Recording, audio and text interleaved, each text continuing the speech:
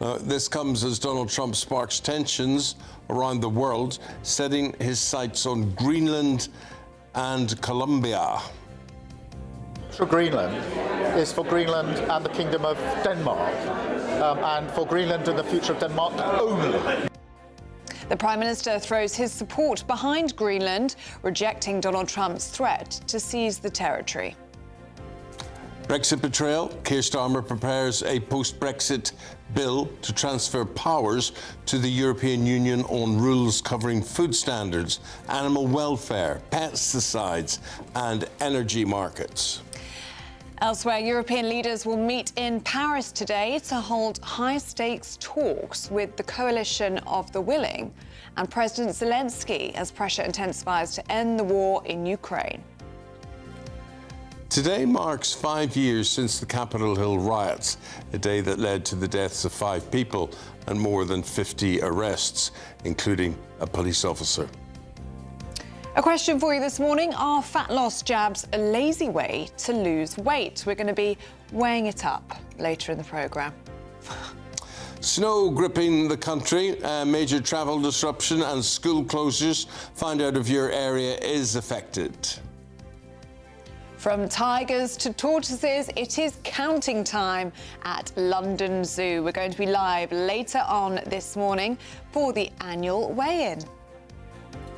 And in the sport this morning, Manchester United now looking for an interim manager until the end of the season. That's until the main manager or the new manager and the permanent manager will be appointed in the summer. Wilfred Nancy becomes Celtic's shortest ever reigning manager after getting fired after just 33 disastrous days. The man behind me there is taking over again and should be given it permanently in our opinion. And in the final Ashes test in Sydney, Australia are starting to turn the screw in the first innings and are currently 65 runs ahead.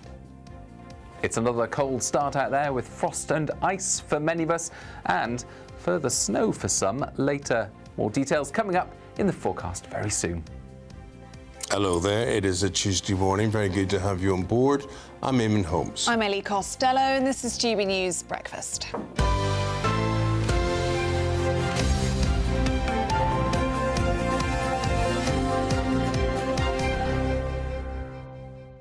I'm just looking, they're going to be doing all that counting at London Zoo today. I can't wait. But I know it's gone. Why can't you wait? I love the penguins. You know, I know you're looking at them, and the thing is that this is not smelly vision, right? So look at them. The most disgustingly smelly animal is a penguin. Are they? Have you ever smelt a penguin? Don't tell me that. No, I haven't smelt them. Well, there you are. That's the difference. So they're better off in vision, but not in the flesh. And little meerkats there as well. They're all going to be weighed today. That'd be a great job. Big tigers. And a big tiger. I wonder how you weigh the tiniest little animals. With really, really little scales. You must do. But I've been more worried about how you weigh the big animals. How do you say, here, tiger, here, pussy, pussy? Yeah, that's exactly what you do. That's the way you do it, yeah. Is that the way you do it? Yeah, you give them the, go like that, in the eyes like It's that. a beautiful animal, a tiger, but it's... Don't tell me that smells as well. Very dangerous sort of thing. Very dangerous. You really won't. What about the little ants and spiders? Yeah, so how do they weigh the little ants? Well, you've got to count them as well. Are they regarded as animals, are they? No, what? Ants, are they regarded? They're all part of the animal kingdom. They are. But I wonder how you weigh them. You just have to do a What do they roundup. weigh or count? Is it just weighing? A bit of both, I think. A bit of both and weighing and counting. It's like a census, an animal census. It's a stock take, yeah. Exactly, Census, yeah. yeah. That's probably a nicer way of putting it. I think so. And a sense of smell. And a sense of Involved smell. in Well, all you that. ruined it for me now because I thought penguins were really cute. When did you smell a penguin? Yeah, when did you smell a penguin? I didn't smell a penguin. All right. I smell a rat. I know people that know what penguins smell like, and they say they are the most smelliest animals on the planet. I met a penguin. I've picked Yes? up a penguin. Did you pick up a I can't believe I've actually said Pick up a penguin. penguin. Actually, yeah, I did. And was Anyway, it- I was don't she remember. smelly? I don't remember a smell. I remember them being a bit like that, but I don't remember You might have giving them had some fish. great news there. Could be Chinese whispers. Maybe it was the fish that smelled. But penguin biscuits are nothing extraordinary. No, they're not. Yet I had a packet of them last week. What? Did you really? What, the whole lot? No, Just they're not. I mean, if you said to me yum yum or anything, I wouldn't say yum yum, but I would say... Yeah, they're pretty sort of standard, aren't they? Yeah. But the Tim Tams, which is the Australian version That's right. of penguin, that's a whole other level. Is it really? Absolutely stunning. You'd go for that. And you can get them in some supermarkets here now, just so you know. Okay. Public Well, you've service got us until 9:30 this morning. Hope we can share your company. The American President Donald Trump has called Nicolas Maduro's court appearance extraordinary. The Venezuelan leader described himself as a prisoner of war. Yes, this all happened at a court appearance in New York, where Maduro pleaded not guilty to drug trafficking and narco-terrorism. And he still insisted that he is Venezuela's president. Well, he and his wife were taken from their Caracas home in a dramatic special forces operation ordered by Trump. Well, meanwhile, the Prime Minister says he stands with Denmark. It's after Washington suggested that the US should annex Greenland. Earlier, former Trump advisor Jason Miller insisted on The Late Show Live that the US wouldn't invade. No, I think what this is the mainstream media trying to distract away from the fact that President Trump brought to justice a narco-terrorist in Nicolas Maduro, and that he's going to actually restore democracy to the people of Venezuela. And so the whole thing on the Greenland front, I mean, Greenland should be a territory area that's controlled by the United States. I think the U.S. could do a much better job of maximizing that area, especially with those shipping lanes opening up and the Russians and the Chinese pushing their military into the Arctic Circle in that part of the world. But no, there's not going to be an invasion of Greenland. That's just a silly distraction. Well, joining us now is Deputy Editor for The Spectator, Freddie Gray. Very good morning to you, Freddie. And should we start with that dramatic and defiant court appearance by Maduro in New York yesterday? What did you make of it? Well, it was dramatic and it was defiant. And he obviously, having recovered from the shock of being arrested, has gone into a kind of charismatic mode, which he does have. He's a charismatic human being, as he's shown over the last decade. But I think to all the sort of Labour MPs and various other figures who are starting to see him as a victim, I think they should be a bit careful.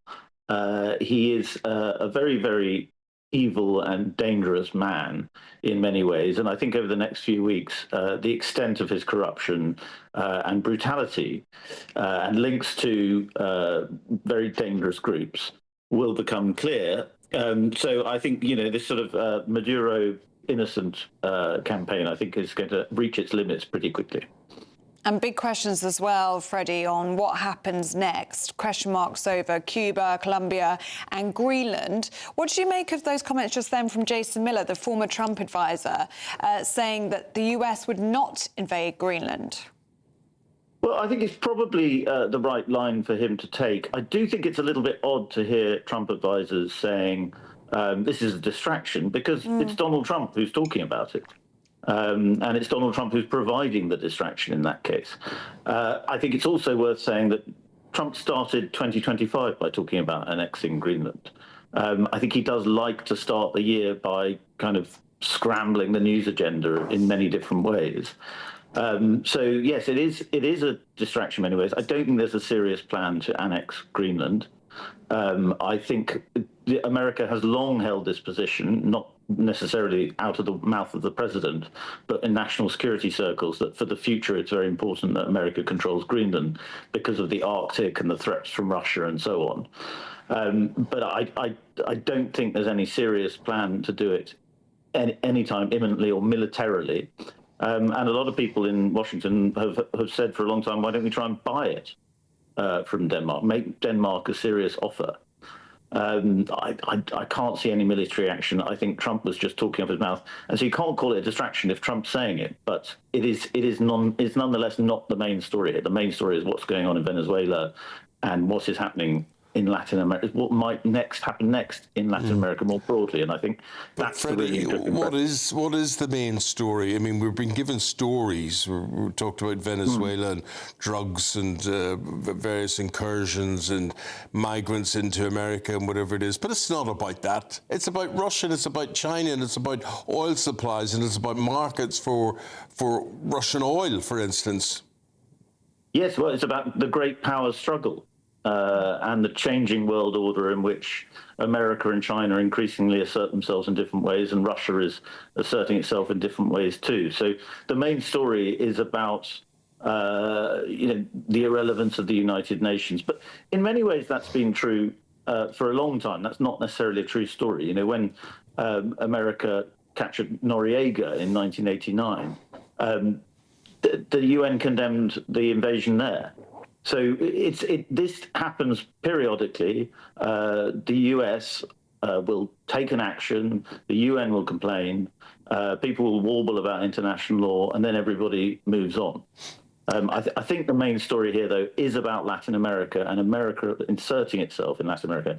And I think what will be interesting in the next few weeks is to see what happens next in places like Cuba, Colombia, Mexico, Nicaragua. Is America going to assert itself in those states as well to control what it calls state cartel terrorism?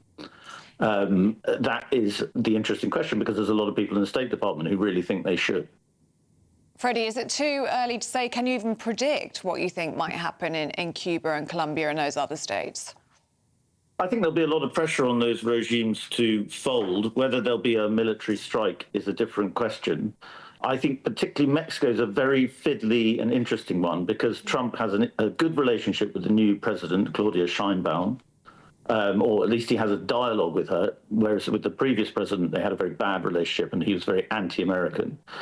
But the State Department and the Trump administration are clear that there are politicians that they want to see removed or arrested who have been involved with cartel activity. And they don't feel that Mexico's done enough to control that or to stop that or to hand over those politicians.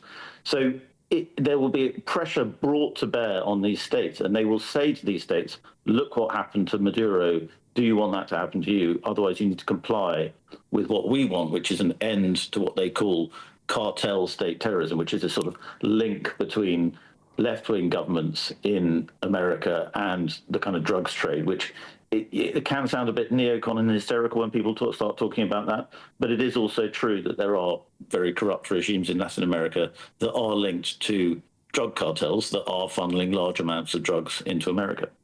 Well, that's the thought for the day. Freddie Gray, we'll leave it there. Thank you very much indeed. Appreciate it. Thanks, Freddie. Now, the Coalition of the Willing are meeting later today in Paris to discuss Ukraine's future. President Zelensky will speak to American representatives during his trip as Sir Keir Starmer and President Macron continue to push for peace. But can fresh talks bring the end to almost 4 years of conflict? Elsewhere in politics, the Prime Minister set to put a post-Brexit bill to MPs.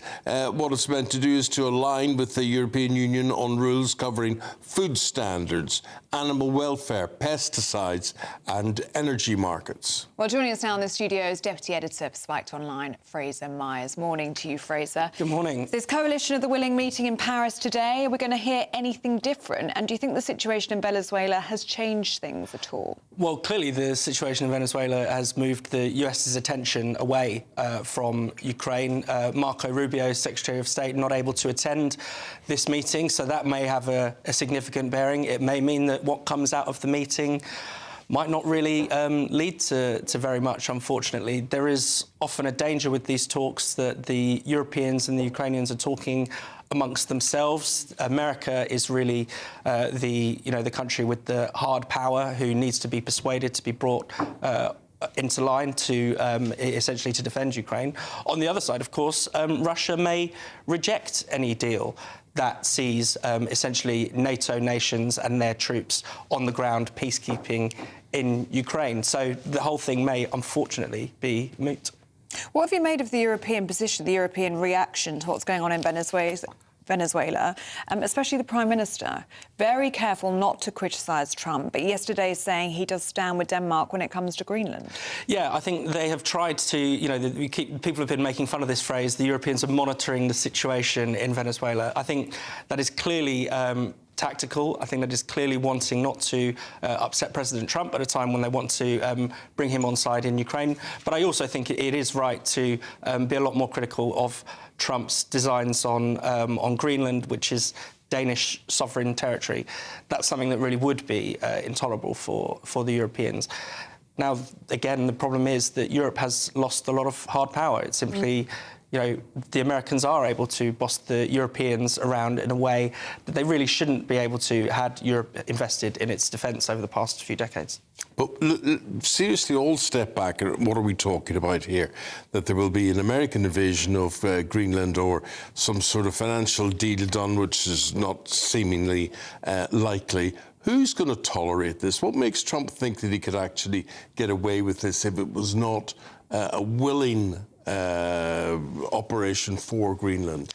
Well, you hope that it's simply a pressure tactic to essentially push the Europeans to get their act together. And we have seen that Trump has been successful, for instance, in getting the Europeans to spend more on defence, something that they have always said they were going to do. And now that seems to actually be happening after Trump's threats to pull away from... Are they going to use this defence against the USA? Well, this is where it becomes slightly ridiculous. And that's why I don't think anyone really believes that America is going to invade Greenland.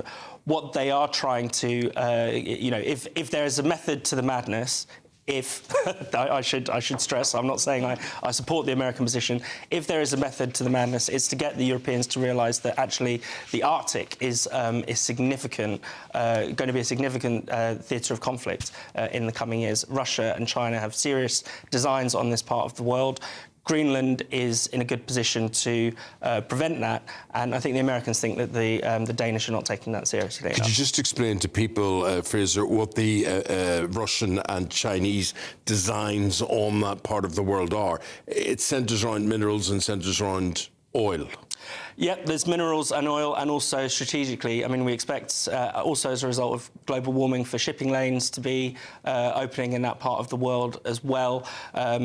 Will that, provide an alternative to many of the American-run shipping lanes elsewhere in the world? OK, Fraser Myers, thank you very much. Thank you. Appreciate it, Fraser. Fraser's going to be back with us in the next hour. Any questions to put to him, have your say, get in touch, and we will reflect those throughout the programme. Yep, gbnews.com/your say. Now, 16 minutes past 6, let's get a check on the weather because it is cold, cold, cold outside.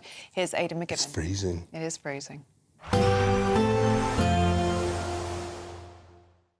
Expect warm spells with the odd rude interruption. Boxed Boilers sponsors the weather on GB News.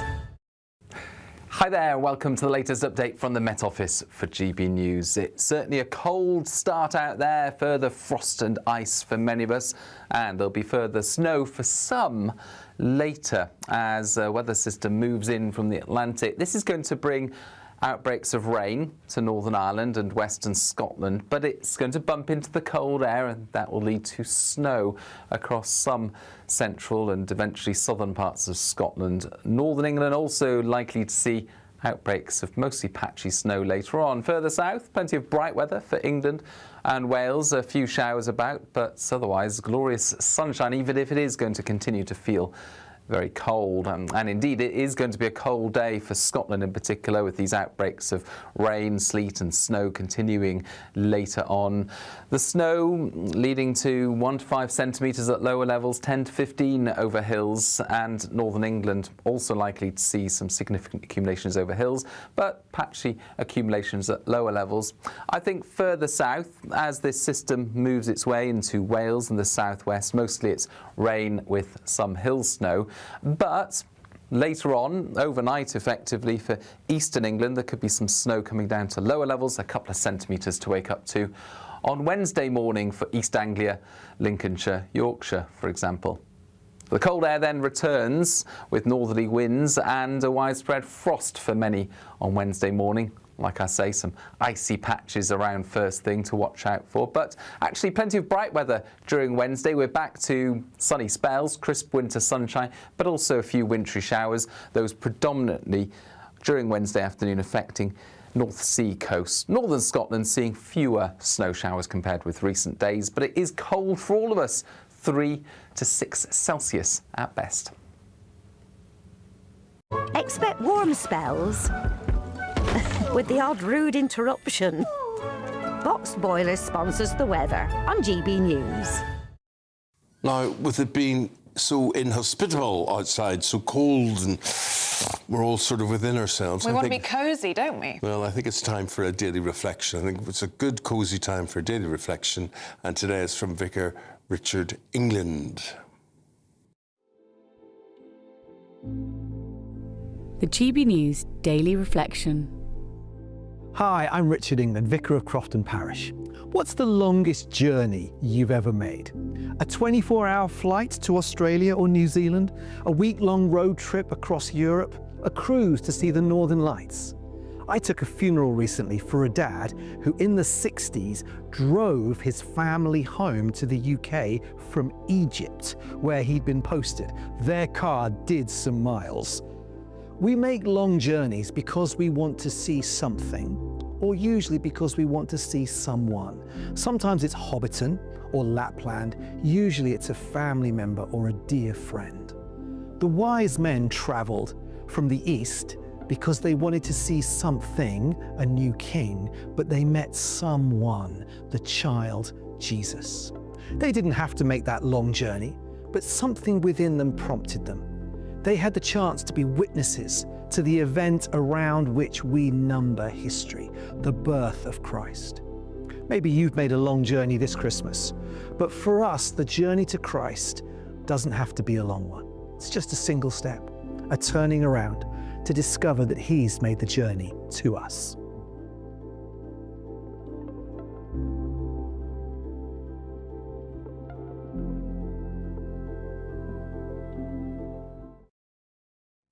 Well, it's very nice to have a moment of reflection in the morning. Yeah. Thank you to Richard England for that. Tell you what I'm reflecting on. At the front of the Eye newspaper, and there you can see the headline is, over 70s face driving ban for failing new eyesight tests. About time, Yeah. I'd say, with that. And also cognitive testing for over 70s also under consideration amid decline in medical self-reporting. So people just want to be in denial. They want to continue driving, and people are reluctant to accept, as I'm getting older, I'm changing, my eyesight's different, my cognitive responses are different and whatever, and we just need to make the roads safer. Too many cars on the roads, just far too many, and then too many driven by people who shouldn't be driving. Yeah, the figures are quite stark on this. I was reading this morning, 24% of car drivers that are killed are 70 or older. So something needed to be done, didn't it? Let us know what you think on that. Do you support that? gbnews.com/you'll say. Right, all the sport managers, it's a managerial merry-go-round. Yeah. Who's coming, who's going? Paul Coyte to talk about all of that next.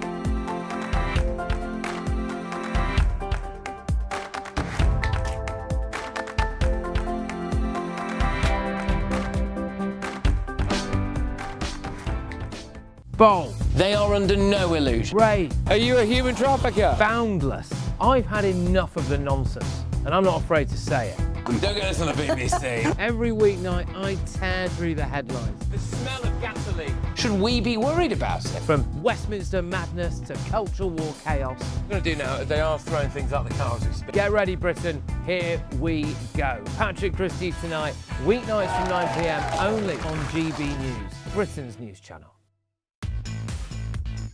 5 hosts, 5 opinions, 5 fearless debates, 5 unfiltered takes on the day's news. 5 reasons not to be anywhere else on Saturday night.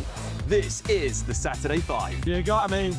You got me good there. Britain's biggest Saturday night TV show. It's not a bad brand. Yeah. Uncensored. Very, very racy tonight. On the unpredictable. What did she say? Can you translate it for us? And always entertaining. And how can a country go from being led by William Wallace Saturday nights from 6 p.m. only on GB News, the People's Channel. Britain's news channel. You're going to want to stay tuned, trust me. Britain was once the envy of the world. But look around. A nation that no longer knows what it is or where it's going. A country that's broken. How do we fix Britain? How do we bring it back? Friday night with Matt Goodwin at 8 p.m. Only on GB News.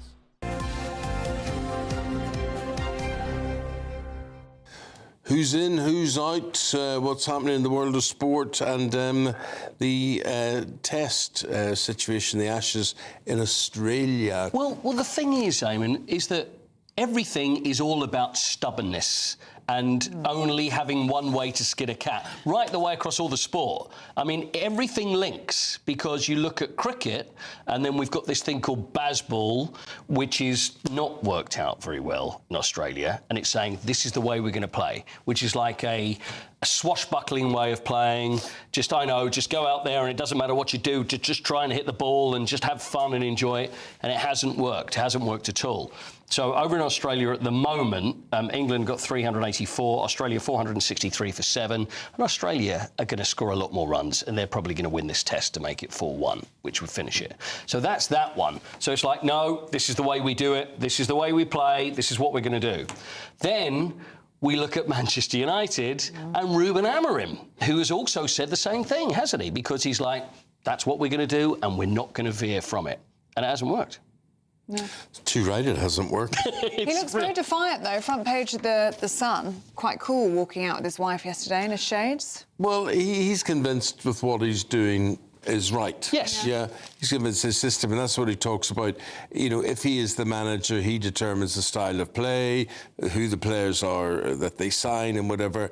And which I think is probably how it should be if you're a manager. I would think so. There's certain things I want to take off my plate in terms of, charity functions, whatever. He shouldn't be responsible for everything, and he might be thankful that stuff taken away. But he's there to run the club. And honestly, I've been behind scenes. I've seen how Alex Ferguson did it.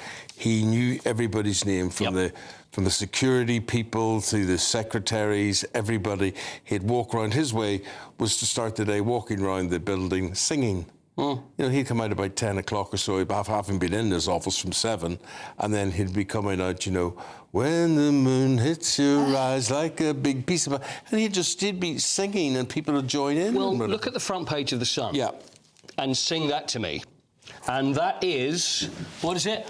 When your trophies are nil and you've cost 30 mil, that's Amorim. So there's the song. There's the song. There's the song. Spooky. I know, isn't that amazing? So there we are. There's the song. So probably Alex Ferguson was singing that. But as we mentioned, I mean, you weren't here yesterday, but I was saying about back in the day, managers, that you call them gaffer, either players, it's always gaffer this and gaffer that. But really, they were in charge of the football club, so it didn't matter what was going on. They knew and they ran the show. Whereas now, there's a fellow called Jason Wilcox, who's the sporting director at Manchester United, who I'm sure you know. And it was all down to a power struggle, really, because he's spoken to Amorim, and this happened a few days ago, saying, look, this system, we don't like this system, doesn't seem to work. Amorim is saying, well, that's what I was hired to do. You knew what I was going to do. That was my plan. That's the way I play football. And it's all kicked off. And so even though they lose at Grimsby, even though they draw against Wolves, which is not good enough, it's the power struggle that gives him the elbow, not the results, because the inability to change. But when you look at money, I mean, when you see the money, we're talking a £10 million payoff. So that's why you think Ellie looks so happy. He's smiling, He's like this. No wonder his wife's got such a great big smile on her face. It's like, well, you don't have all the hassle. There's no worry. The press aren't going to go. We can now enjoy ourselves. He's got his payout. He's settled for life. He'll get another job somewhere. He will. But the main thing is, and as a supporter, you'd have to say, he did not play the United way He wasn't going to change it. That was the writing on the wall for him. And I don't think that clubs like Manchester United or West Ham or Spurs or whatever should be adapting to what certain managers want to play. They should play their way, the Tottenham way, the West Ham way. Whatever it happens to be. I agree. I think it's a very romantic way. I mean, we're romantics, aren't we? We love that, and that's how it is. But I think every football club, I really do believe this, because I was thinking about this as I was driving in this morning. Yeah, there's the Manchester United way, but it was... Since then, it hasn't worked. It's like Spurs is the same. West Ham. What do you mean it hasn't worked? It hasn't worked because managers haven't implemented it. Well, what doesn't work about 2 wingers and 2 strikers? Well, if we can go back and look at every manager that's been since Ferguson, they tried it with David. Well, I mean, go through the list. Well, Ollie would have played. Ollie would have played away. Ollie did, and then Ole Gunnar Solskjaer comes in. See, this is the other thing: is that you've got an interim manager now will come in. Well, first you've got Darren Fletcher, who looks after the under-18s, ex-player, so he's going to be looking after the next 2 games. 2 of his sons in the team, in the squad. 2 of his sons in the... So what happens if they go well? Do they then say, actually, it's going quite well, we'll keep you, because this is the road they've gone down before, or get someone else in as an interim who's, oh, actually, you're not going to be here for the whole time, just for a few games, but we'll see how that goes. But the plan is then by the summer, then get a bigger name. But is there any answer? Does anybody know who the right person is? Look, the biggest problem is too many continental managers, too many continental players, no British players, you know, far few. And the mantra at Old Trafford is attack, attack, attack. And that's what we want to see. That's you turn up and you're used to seeing that, and then these guys come in and they implement the systems that, if the systems worked, yes, you could go along with them. That's right. But the systems aren't working. That's right, because I think there's 4 ways of football for me. One of them is winning and playing beautiful football. That's perfect. That's what everybody wants. Secondly is winning, but winning ugly, right? Yeah, do you agree with that? Yeah. And then you've got the other ones where you're playing beautiful, but you're losing, and then playing horrible and losing. That's the ultimate. That's what nobody wants to get to. So really, if you can get to that top one, but that's the holy grail. That's what everybody wants, and nobody can seem to agree. Also, you look at Celtic, that guy that they had 33 days, Wilfred Nancy. What a mess that's been. What a mess. And Martin O'Neill back in. I don't even know why Martin... He's so insulted that he was taken out of it in the first place. I hope he goes back to Celtic, because they got rid of him. He was there as interim. Then Nancy comes in from the States, he's French, and it's a disaster. Now they've got back to Martin and got Martin back. I hope Martin's gone back and said... It'll cost you double this time. He won't, because he's a decent guy, isn't he? And he's pleased to be there. And it's a stream he wants to do. Give him a job permanently. Just say, Martin, if you want it, it's all yours, because you're the best there is at the moment. He won 7 out of 8. The other guy, disaster. Well, if you want the Great British Giveaway, it could be all yours if you enter an incredible £85,000 to be won. Have a go. It's a brand new year, and we're giving you the chance to win our biggest cash prize to date. £85,000 in tax-free cash to make your new year the best yet. And we've come to the Aurora Collection Resort here in Lapland to celebrate. Imagine what the coming year could look like for you with a whopping £85,000 in the bank. You can have the complete Lapland experience all in one place by visiting the Northern Lights Village, or just safe in the knowledge that this year is on us. An incredible £85,000 in tax-free cash could be yours. For another chance to win £85,000 cash, text cash to 63225. One entry costs £2.50 plus 1 standard network rate message, or text bonus to 63225. 5 entries cost £5 plus 1 standard network rate message. Go to gbnews.com/win. Entries start at £2.50. Call 0903 686 3232. Calls cost £2.50 plus your network access charge, or post your name and number to GB18 PO Box 8690 Derby DE1 9TT. UK only. Entrance must be 18 or over. Lines close at 4 p.m. on the 30th of January. The winner may be contacted live on GB News, week commencing the 9th of February 2026. Please check the closing time if listening or watching on demand. Good luck.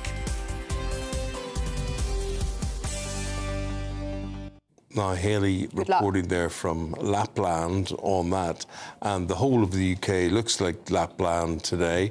So let's see where the snow is falling as we go to the traffic news.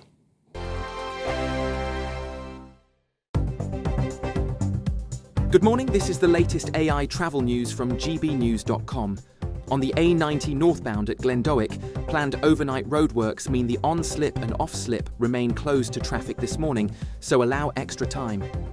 In Kent, the A20 eastbound entry slip from the M20 is shut after a load spillage, with clearance expected around 7:45 today, but delays may build. And on the trains, Elna says do not travel between Edinburgh and Aberdeen, with further disruption between Peterborough and Stevenage due to ongoing issues. Cross Country is also reporting disruption to services in northern Scotland, so check before you set off. For more travel news, go to gbnews.com.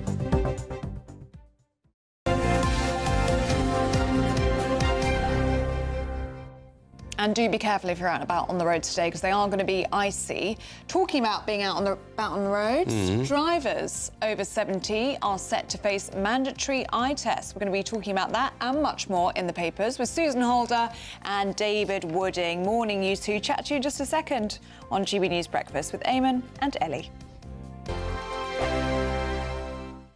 I'm Michelle Dewberry. This is Jubes & Co with you. Hello everyone, Patrick Christie is here to GB News, Britain's news channel. Access the stories that matter to you. Take the GB News family with you on any device. And as long as you have an internet connection, tune in to GB News anywhere on the planet or beyond.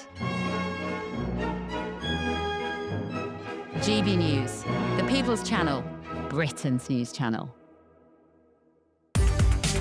From the school run to the home run, watch a new show for all of Britain. So he can say whatever he wants. A straight talking show where all voices are heard. And, you know, when are we going to stop talking about smashing the gangs and actually do it? With the stories that matter from every part of our country. There's a bit of a crash landing there for your Chancellor. Bold, fearless and standing up for you. That's me, Martin Daubney, 3 p.m. till 6 p.m, weekdays, here only on GB News. The People's Channel, Britain's news channel. Westminster's full of talk, but out here, it's the real world. Am I allowed to talk No, now? that's it. This is where it matters, real people and real lives. That's what politics is all about. In fact, has Trump made a good start? No. Straight answers, no spin, and just a couple of pints. How many fingers have I got up? About 10. So join me for Lee Anderson's Real World every Friday at 7 p.m, only on GB News. The People's Channel, Britain's news channel.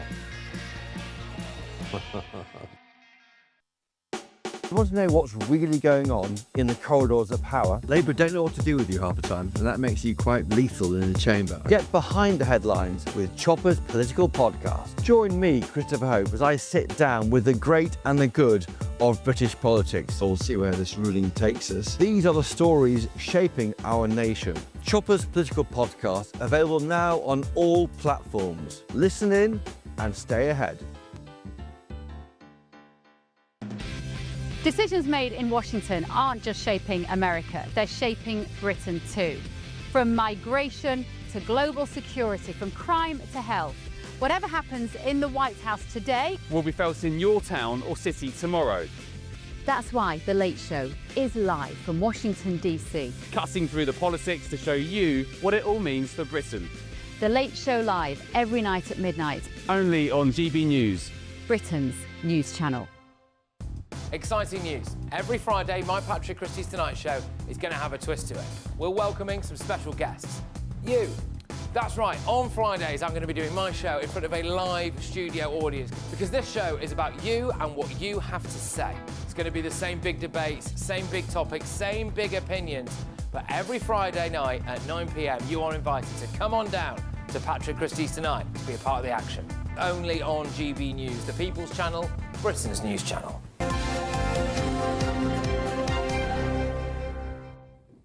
Now, we're going to talk about efforts to modernise the health service, which is a big thing for the Health Secretary, Wes Streeting, who I'm delighted to say joins us now this morning. And you have a lot of announcements to make on this front, Health Secretary, and I think prioritising things particularly like menopause and recognising this is a condition and that you're going to take it seriously and you're going to, give people the ear of the health service over this.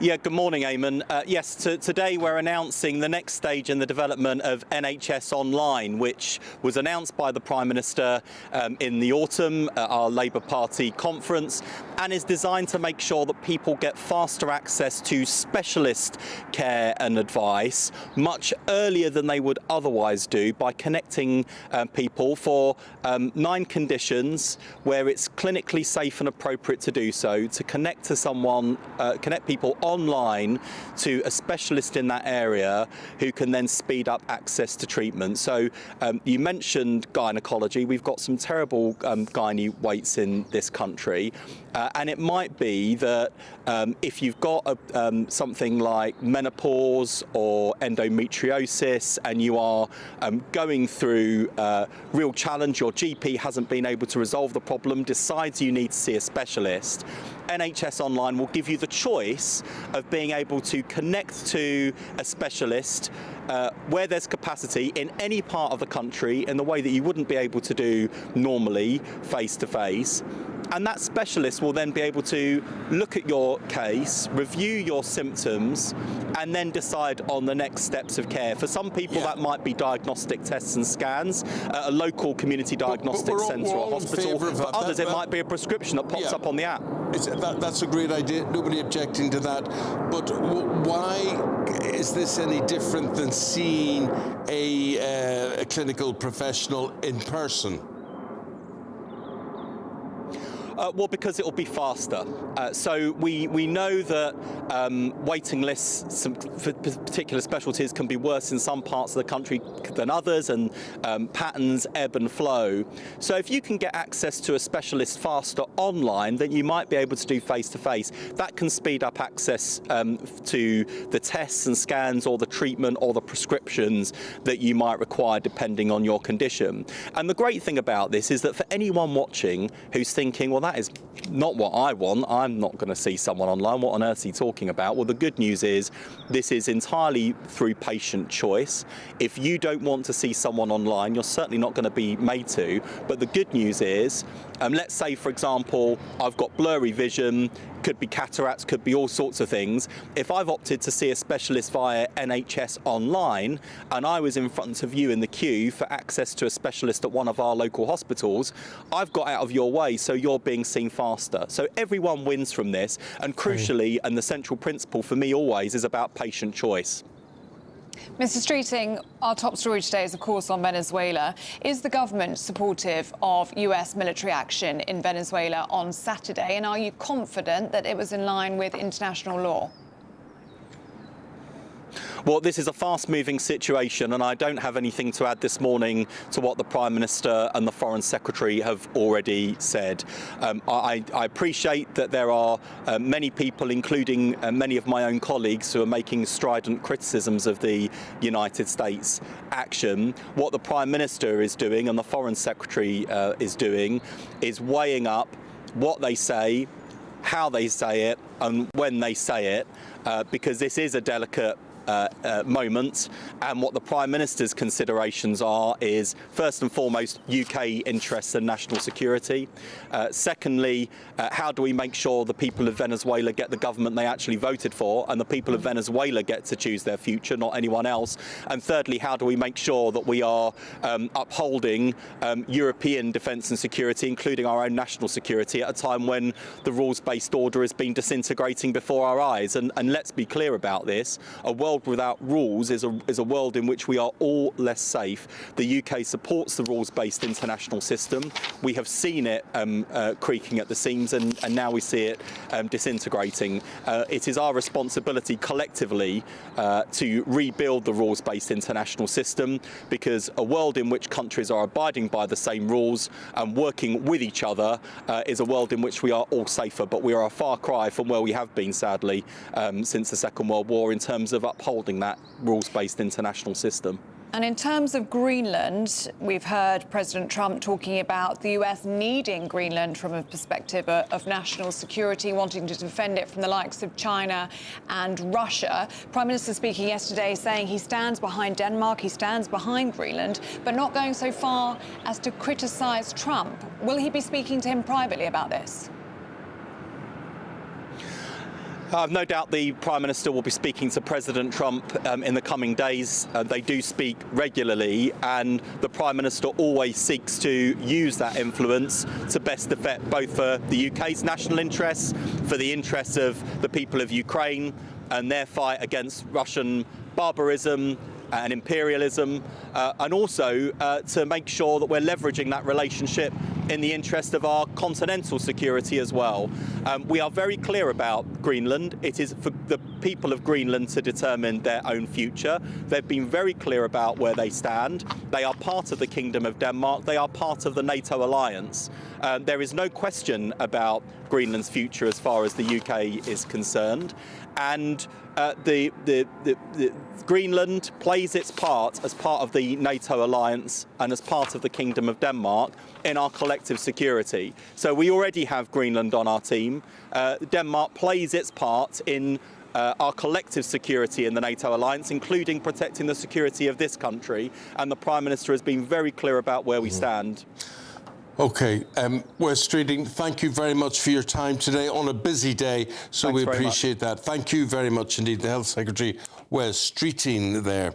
And we've got Susan Holder and David Wooding here in the studio. And I want to ask you both your opinion on what the Health Secretary was talking about there. And this was the diagnosis for people with, and I'll say particularly, menopause, because I think it's about time somebody took this seriously, particularly for women, and saying it's there. But the reason I bring both of you in, it affects all of us. Yes. If there's a woman in your life, this affects you. Yeah, there is no such thing as a woman's issue. Yeah. I've always believed that. I've never understood the phrase, to be honest, because if you know a woman, if you're married to a woman, you have a mother, you have a daughter, you have a sister, you're around women. So it affects every issue affects everybody. So I've never understood the phrase women's issue. But I do think the terminology that both Wes Streeting used, and actually what you just said there, you can't be diagnosing menopause. Menopause is what every woman goes through. That's the conversation we need to have about it. It isn't something that necessarily needs to be medicated as well, can I say? For any younger women out there watching this, I'm meeting increasing amounts of young women who are fearful of the menopause and panicking about the menopause because they think it is something that they will have to get medication for, that has to be treated. And in some cases, obviously, yes, it is, and that needs to be handled, whether you do it online or whether you see somebody. In my experience, whenever you see somebody online or you ring an NHS direct or whatever, if it's anything at all you've got, they refer you to a practitioner anyway. But I do think we need to talk about it as a natural part of life and actually reassure some people that they might not need any medication at all. David, quick word from you. Yeah, I think it's great that we talk about these things now. The taboo around issues like the menopause, prostate cancer, mental health have all been lifted, and the fact that we're all talking about it means that it's being treated more seriously. And I tell you, as a man, that's what I think. Thank goodness I'm not a woman when I hear about menopause and how it affects everybody. Right, the European destination as regards weather and decent weather. Let's hope there's some out there.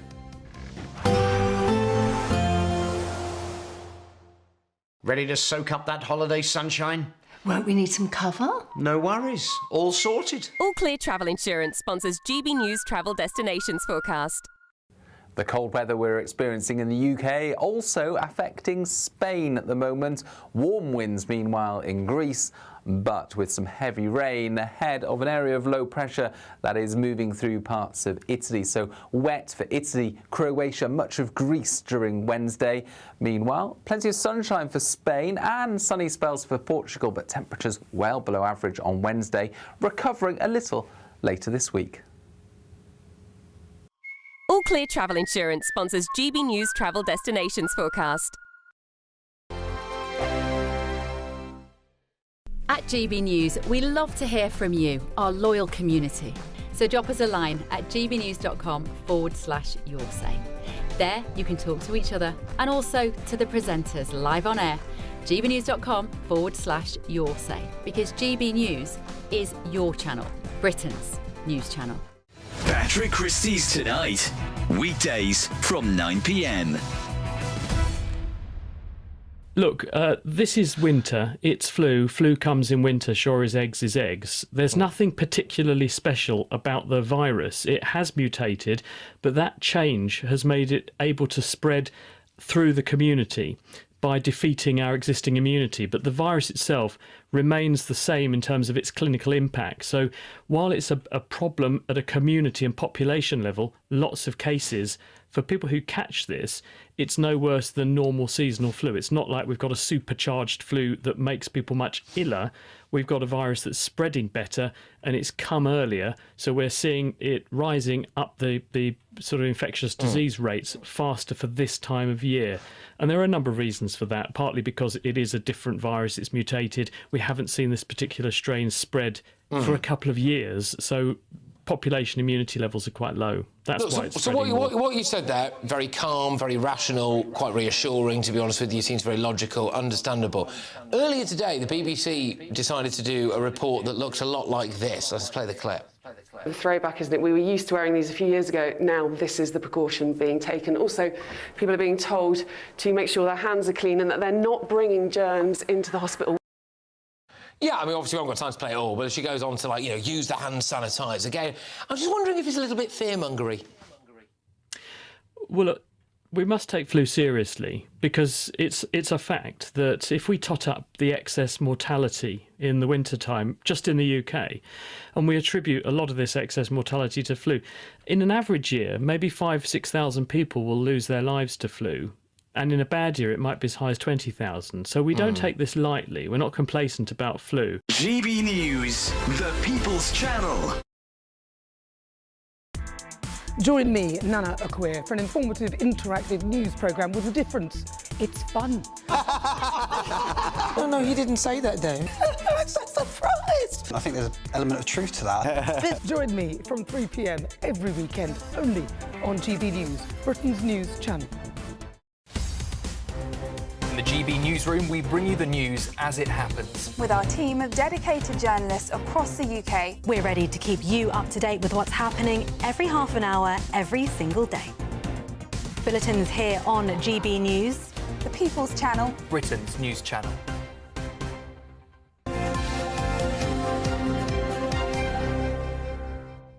Welcome back to Breakfast. We're going to have a very quick look at the papers now with the author Susan Holder and the journalist David Wooding. Morning, you two. Morning. Susan, let's start with the Times, shall we? Front page this morning, drivers over 70 to face compulsory eyesight test. Yes, it's in quite a lot of the papers, actually. It's on the front of the eye, hilariously. But, yeah, I do think on this that actually it is something that we do need to look at.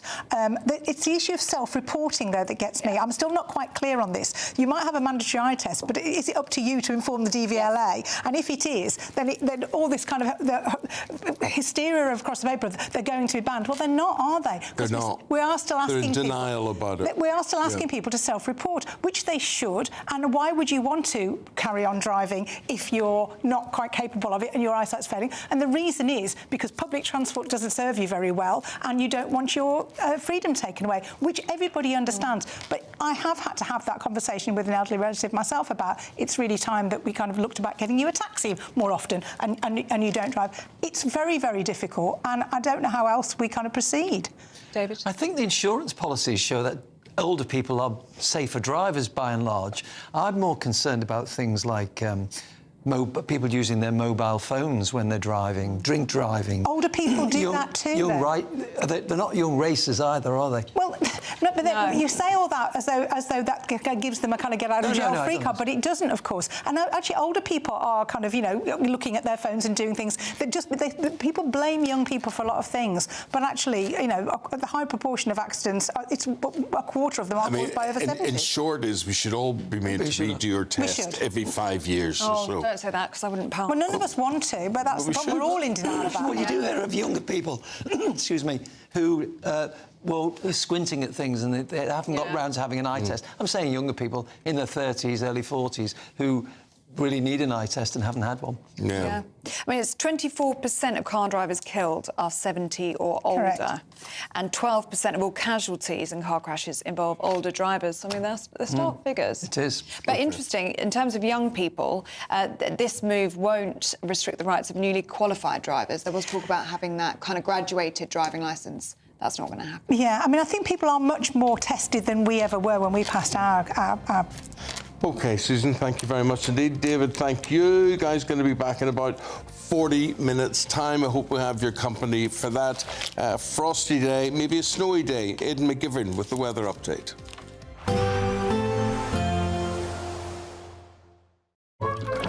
Warm and cosy, with a chance of zero visibility.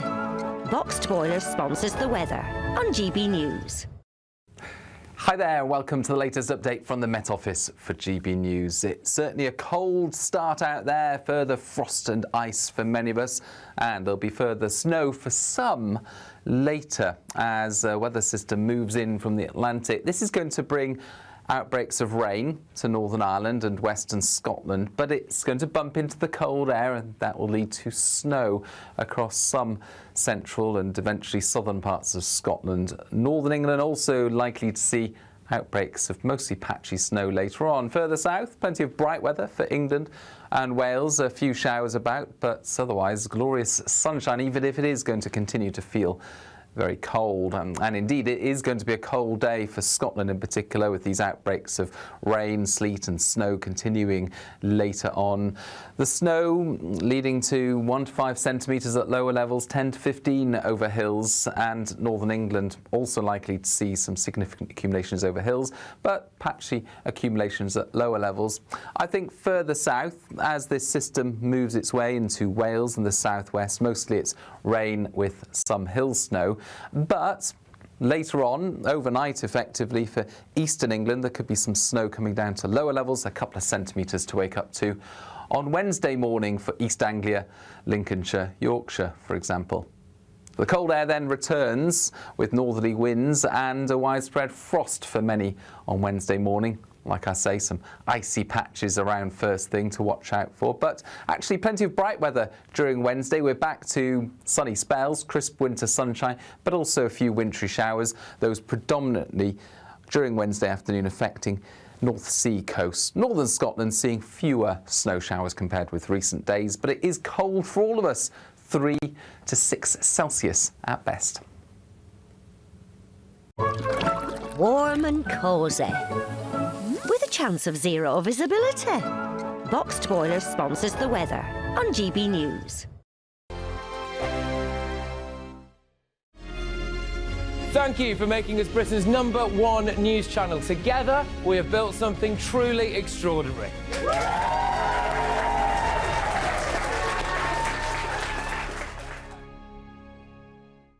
Good morning. This is the latest AI travel news from gbnews.com.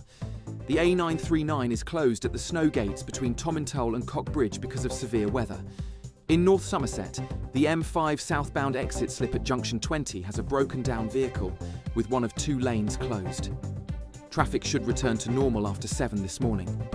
In Kent, the A20 eastbound entry slip from the M20 is shut because of a load spillage, with all lanes closed, and conditions are expected to ease after 8 this morning.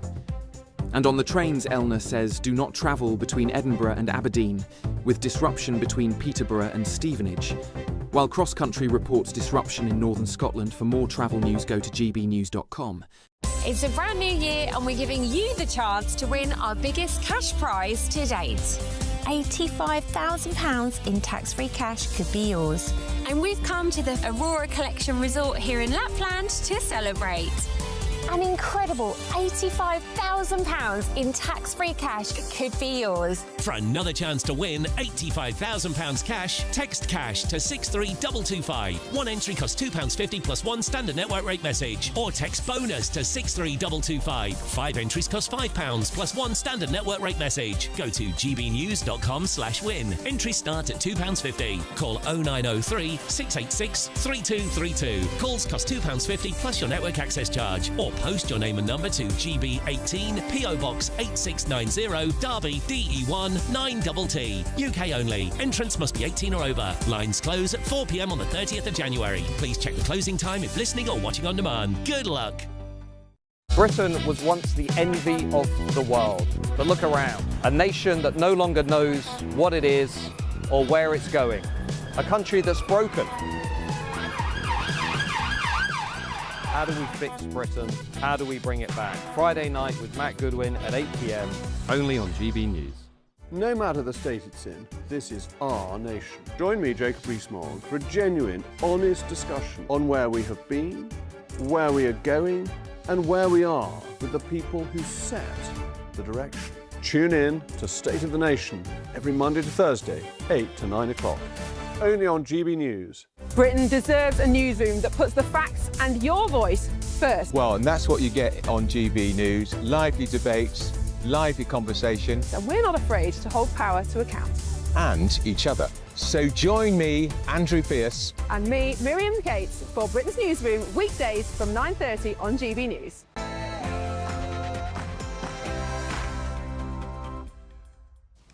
Good morning. Nicolas Maduro tells an American court that he is a prisoner of war. Well, the ousted leader pleaded his innocence as he appeared before a judge yesterday in Manhattan. Well, it comes as President Trump sparks tensions around the world, setting his sights on Greenland and Colombia. For Greenland is for Greenland and the Kingdom of Denmark, and for Greenland and the future of Denmark only. Well, Keir Starmer throwing his support behind Greenland, rejecting Donald Trump's threat to seize the territory. The Health Secretary, Wales Streeting, just this morning had this to say. We are very clear about Greenland. It is for the people of Greenland to determine their own future. They've been very clear about where they stand. They are part of the Kingdom of Denmark. They are part of the NATO alliance. Elsewhere, Sir Keir Starmer prepares a post-Brexit bill to transfer powers to the EU. It would be on rules covering food standards, animal welfare, pesticides and energy markets. Is it a betrayal of Brexit?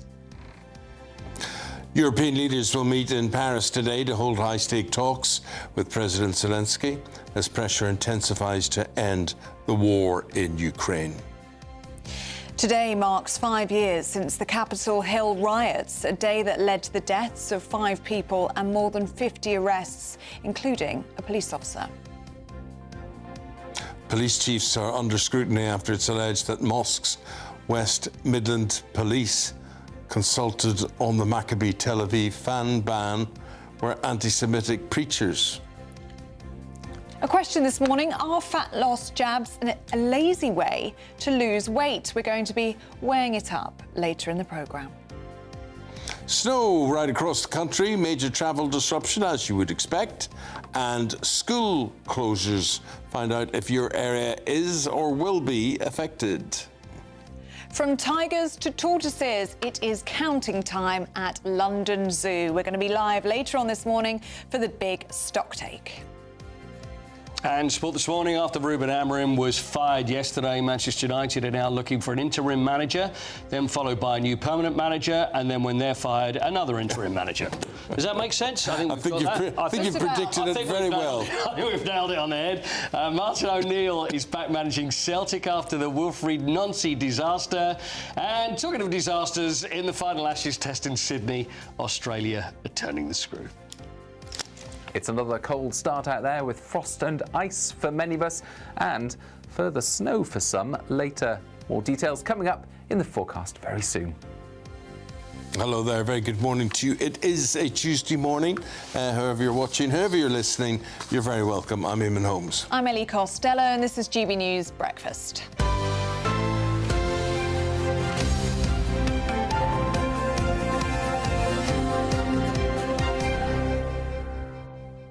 Busy times for you, Paul. Who's in, who's out, the managerial merry-go-round as we have the transfer window for winter's opened now, hasn't it?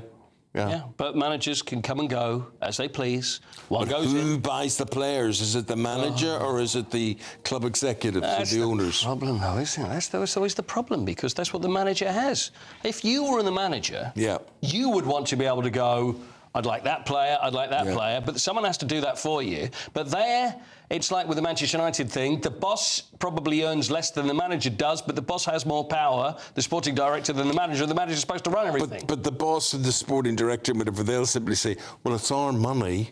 This is how we want it spent. Yes, I know, but then again, if you want the success and you want the manager, then, it's a chicken and the egg thing, isn't it? It's just a mess. It's just a chicken and egg thing.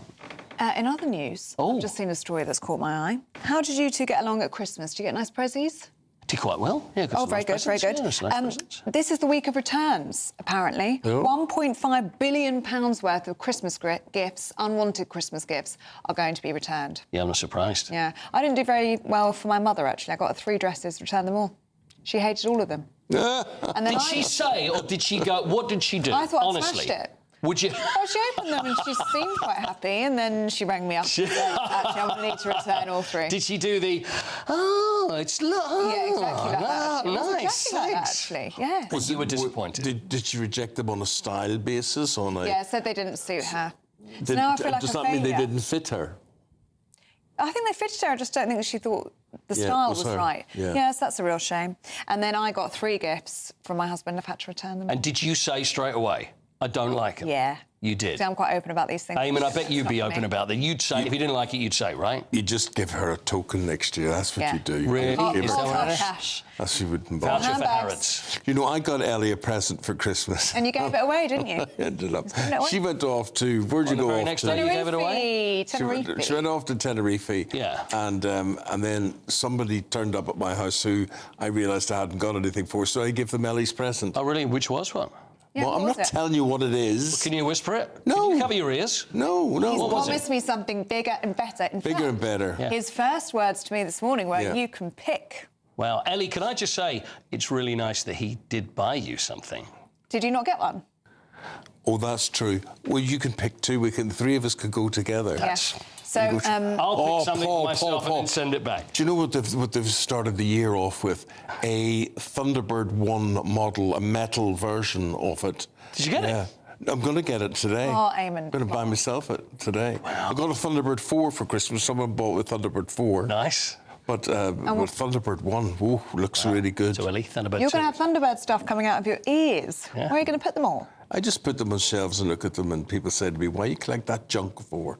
And I Such a boy. Listen, I understand. I know. I It's a boy thing. understand. I guess it's like me with handbags. You can never have too many. There you go. I revert to being 10 years old again. That's what I do. 6 minutes past 7 o'clock. Thank you for your company this morning. Donald Trump has called Nicolas Maduro's court appearance extraordinary, as the ousted Venezuelan leader described himself as a prisoner of war. Well, in New York, Maduro pleaded not guilty to drug trafficking and narco-terrorism, as he insisted that he is still Venezuela's president. He and his wife were taken from their Caracas home in a dramatic special forces operation ordered by Trump. Well, meanwhile, the Prime Minister said he stands with Denmark. It's after Washington suggested the US should annex Greenland. Now, earlier, former Trump advisor Jason Miller insisted on the Late Show Live that America would not invade.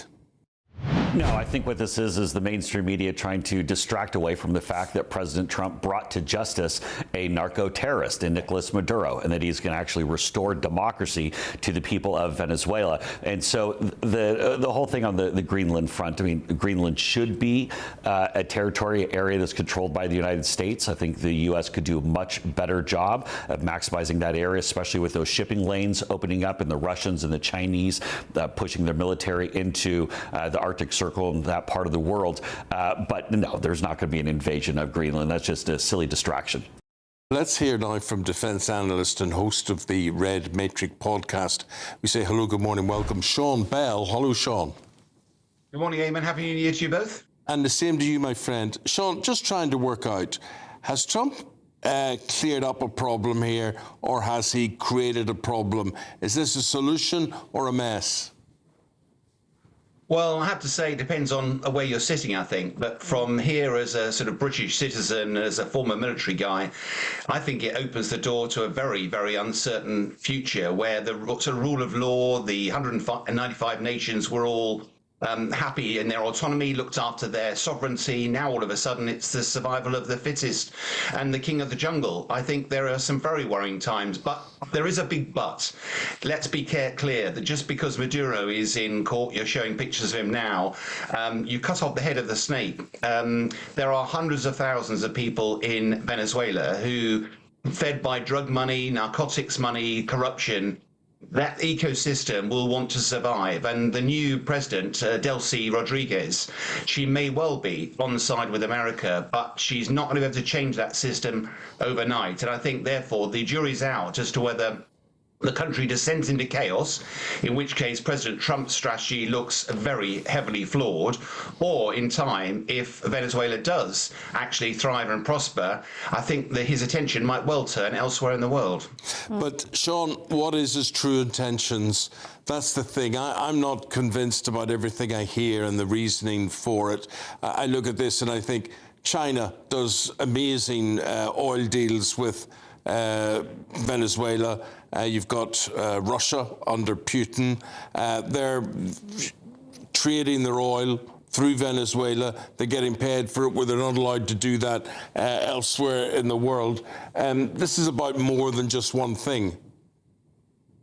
I think you're right, Eamonn. I think it's a number of different things, but I know it's not time for a history lesson, but I do think if you look at what Trump's backed with his national security strategy, there's sort of mentioned this Monroe strategy, James Monroe, 1823. What on earth are we doing talking about that era? But it was an era of empires, and America effectively said, look, we're going to worry about the Americas, not just America. British Empire, stay away. And I think this pendulum swung over the years to national sovereignty respecting nations.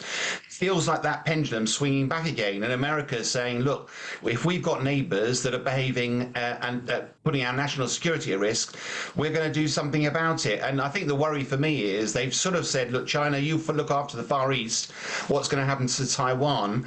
And then in the middle, Europe, Russia, you work out who's going to be kingpin there. I think it's a really worrying trend. And where does that leave the UK? A tiny island nation, no longer part of the European Union. And of course, if NATO, one of those great institutions, is crumbling as well, that leaves some massive questions about our own security. Yeah. It certainly does. What do you make of the situation and the conversation over Greenland at the moment? President Trump saying the US needs Greenland from a standpoint of national security. Sir Keir Starmer saying that he stands with Denmark over all of this. But do you think, Sean, we could see a situation where the US buys Greenland or rents it potentially for defence purposes? Well, as a military guy, let's take one of the things off the table. Invading, I think, a sort of NATO partner would be obscene. If you look at it more objectively, I think there's 57,000 residents of Greenland, and therefore it's a vast country, very few people there. But in terms of its importance, I know it doesn't look on a normal map as if a straight line between Russia or China and America. Actually, because the world is slightly flattened, the shortest route is over the top. So Greenland is strategically, its airspace is really important. It's an early warning system for America. And of course, with global warming, more shipping routes are opening. There's massive resources under Greenland. And historically, China and Russia tend to move in, use Wagner Group, use other sort of mercenary activities to secure deals. And I think what Trump's doing is raising awareness that if the West is serious about this, we need to try and help Denmark support Greenland better. And ultimately, it has to be the Greenlanders who chart their own future. But I do think there's more to this than simply Trump's threats. But Sean, it's amazing what we're sitting talking about this morning. We're talking about a reclassification of the world, really. That you've got America looking at Colombia and Venezuela, looking at Greenland, maybe even looking at Denmark. And you've got the Russians and the Chinese they would take those countries as well, or anything else that's left over. It's going to be, it leaves people like, the UK totally irrelevant, really. Yeah, Eamonn, I mean, in a way, though, do you not feel that there is a bit of emperor's new clothes about this?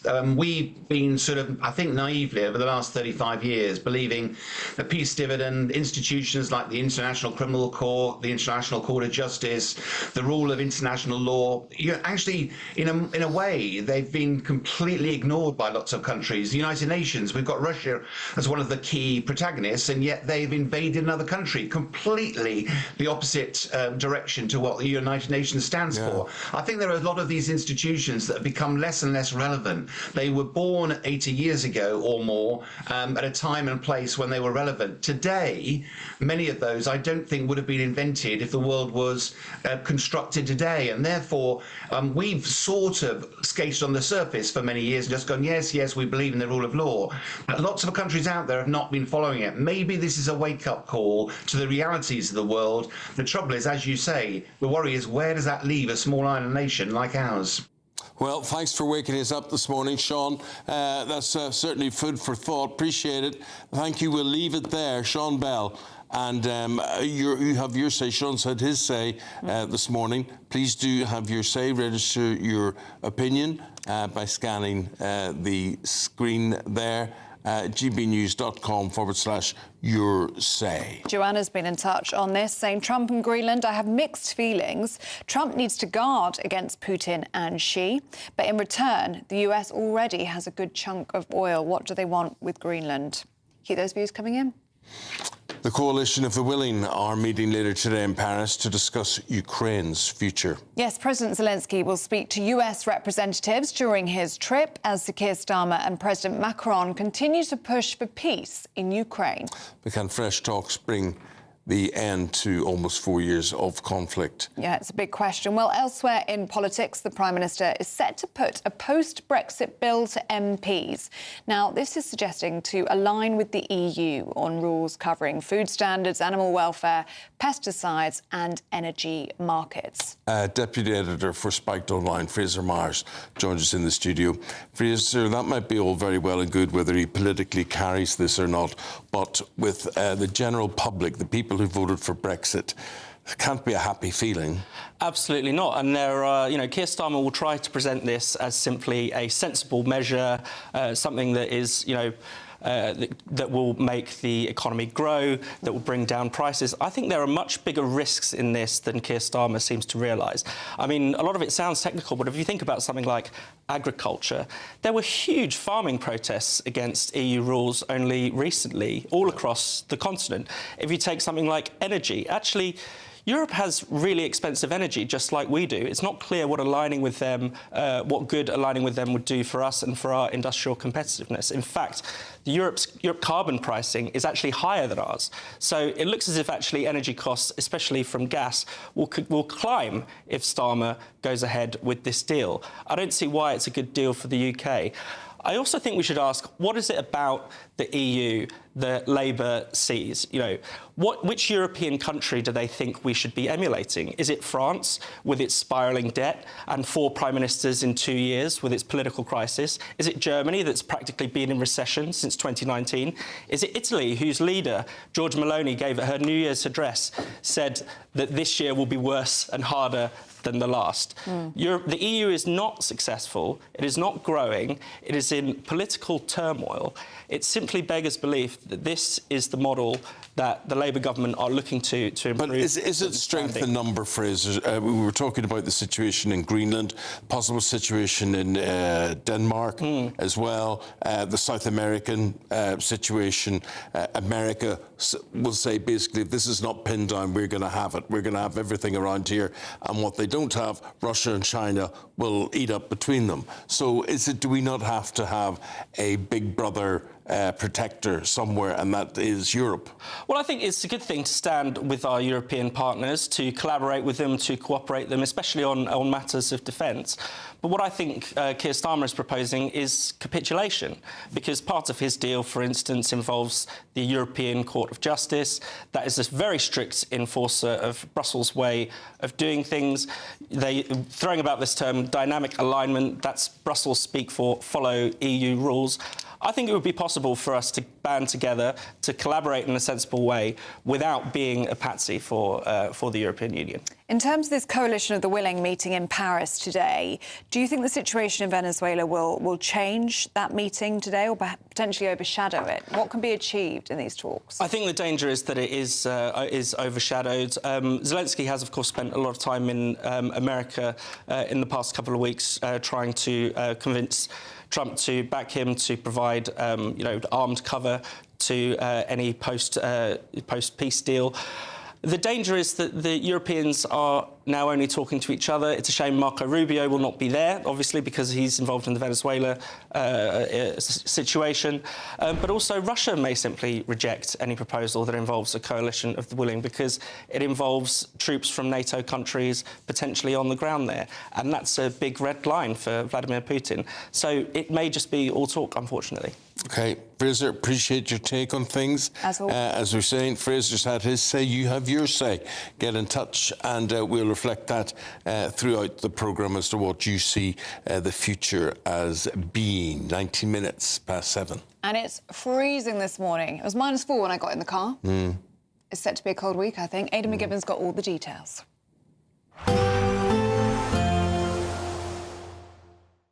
Expect warm spells with the odd rude interruption.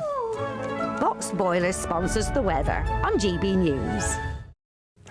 Hi there, welcome to the latest update from the Met Office for GB News. It's certainly a cold start out there, further frost and ice for many of us, and there'll be further snow for some later as a weather system moves in from the Atlantic. This is going to bring outbreaks of rain to Northern Ireland and Western Scotland, but it's going to bump into the cold air and that will lead to snow across some central and eventually southern parts of Scotland. Northern England also likely to see outbreaks of mostly patchy snow later on. Further south, plenty of bright weather for England and Wales, a few showers about, but otherwise glorious sunshine, even if it is going to continue to feel very cold, and indeed it is going to be a cold day for Scotland in particular, with these outbreaks of rain, sleet and snow continuing later on.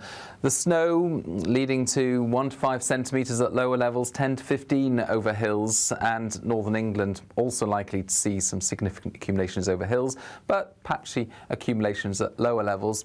I think further south, as this system moves its way into Wales and the southwest, mostly it's rain with some hill snow. But later on, overnight effectively for eastern England, there could be some snow coming down to lower levels, a couple of centimetres to wake up to. On Wednesday morning for East Anglia, Lincolnshire, Yorkshire, for example. The cold air then returns with northerly winds and a widespread frost for many on Wednesday morning. Like I say, some icy patches around first thing to watch out for, but actually plenty of bright weather during Wednesday. We're back to sunny spells, crisp winter sunshine, but also a few wintry showers, those predominantly during Wednesday afternoon affecting North Sea coast. Northern Scotland seeing fewer snow showers compared with recent days, but it is cold for all of us, 3 to 6 Celsius at best. Expect warm spells with the odd rude interruption. Boxed Boiler sponsors the weather on GB News. 21 minutes past 7, just time to tell you about the Great British Giveaway now, and it's a goodie, £85,000 up for grabs. Hayley Sparks has got all the details for you. It's a brand new year and we're giving you the chance to win our biggest cash prize to date. £85,000 in tax-free cash to make your new year the best yet. And we've come to the Aurora Collection Resort here in Lapland to celebrate. Imagine what the coming year could look like for you with a whopping £85,000 in the bank. You can have the complete Lapland experience all in one place by visiting the Northern Lights Village, or just safe in the knowledge that this year is on us. An incredible £85,000 in tax-free cash could be yours. For another chance to win £85,000 cash, text cash to 63225. One entry costs £2.50 plus one standard network rate message, or text bonus to 63225. 5 entries cost £5 plus one standard network rate message. Go to gbnews.com/win. Entries start at £2.50. Call 0903 686 3232. Calls cost £2.50 plus your network access charge, or post your name and number to GB18 PO Box 8690 Derby DE1 9TT. UK only. Entrants must be 18 or over. Lines close at 4 p.m. on the 30th of January. The winner may be contacted live on GB News, week commencing the 9th of February 2026. Please check the closing time if listening or watching on demand. Good luck.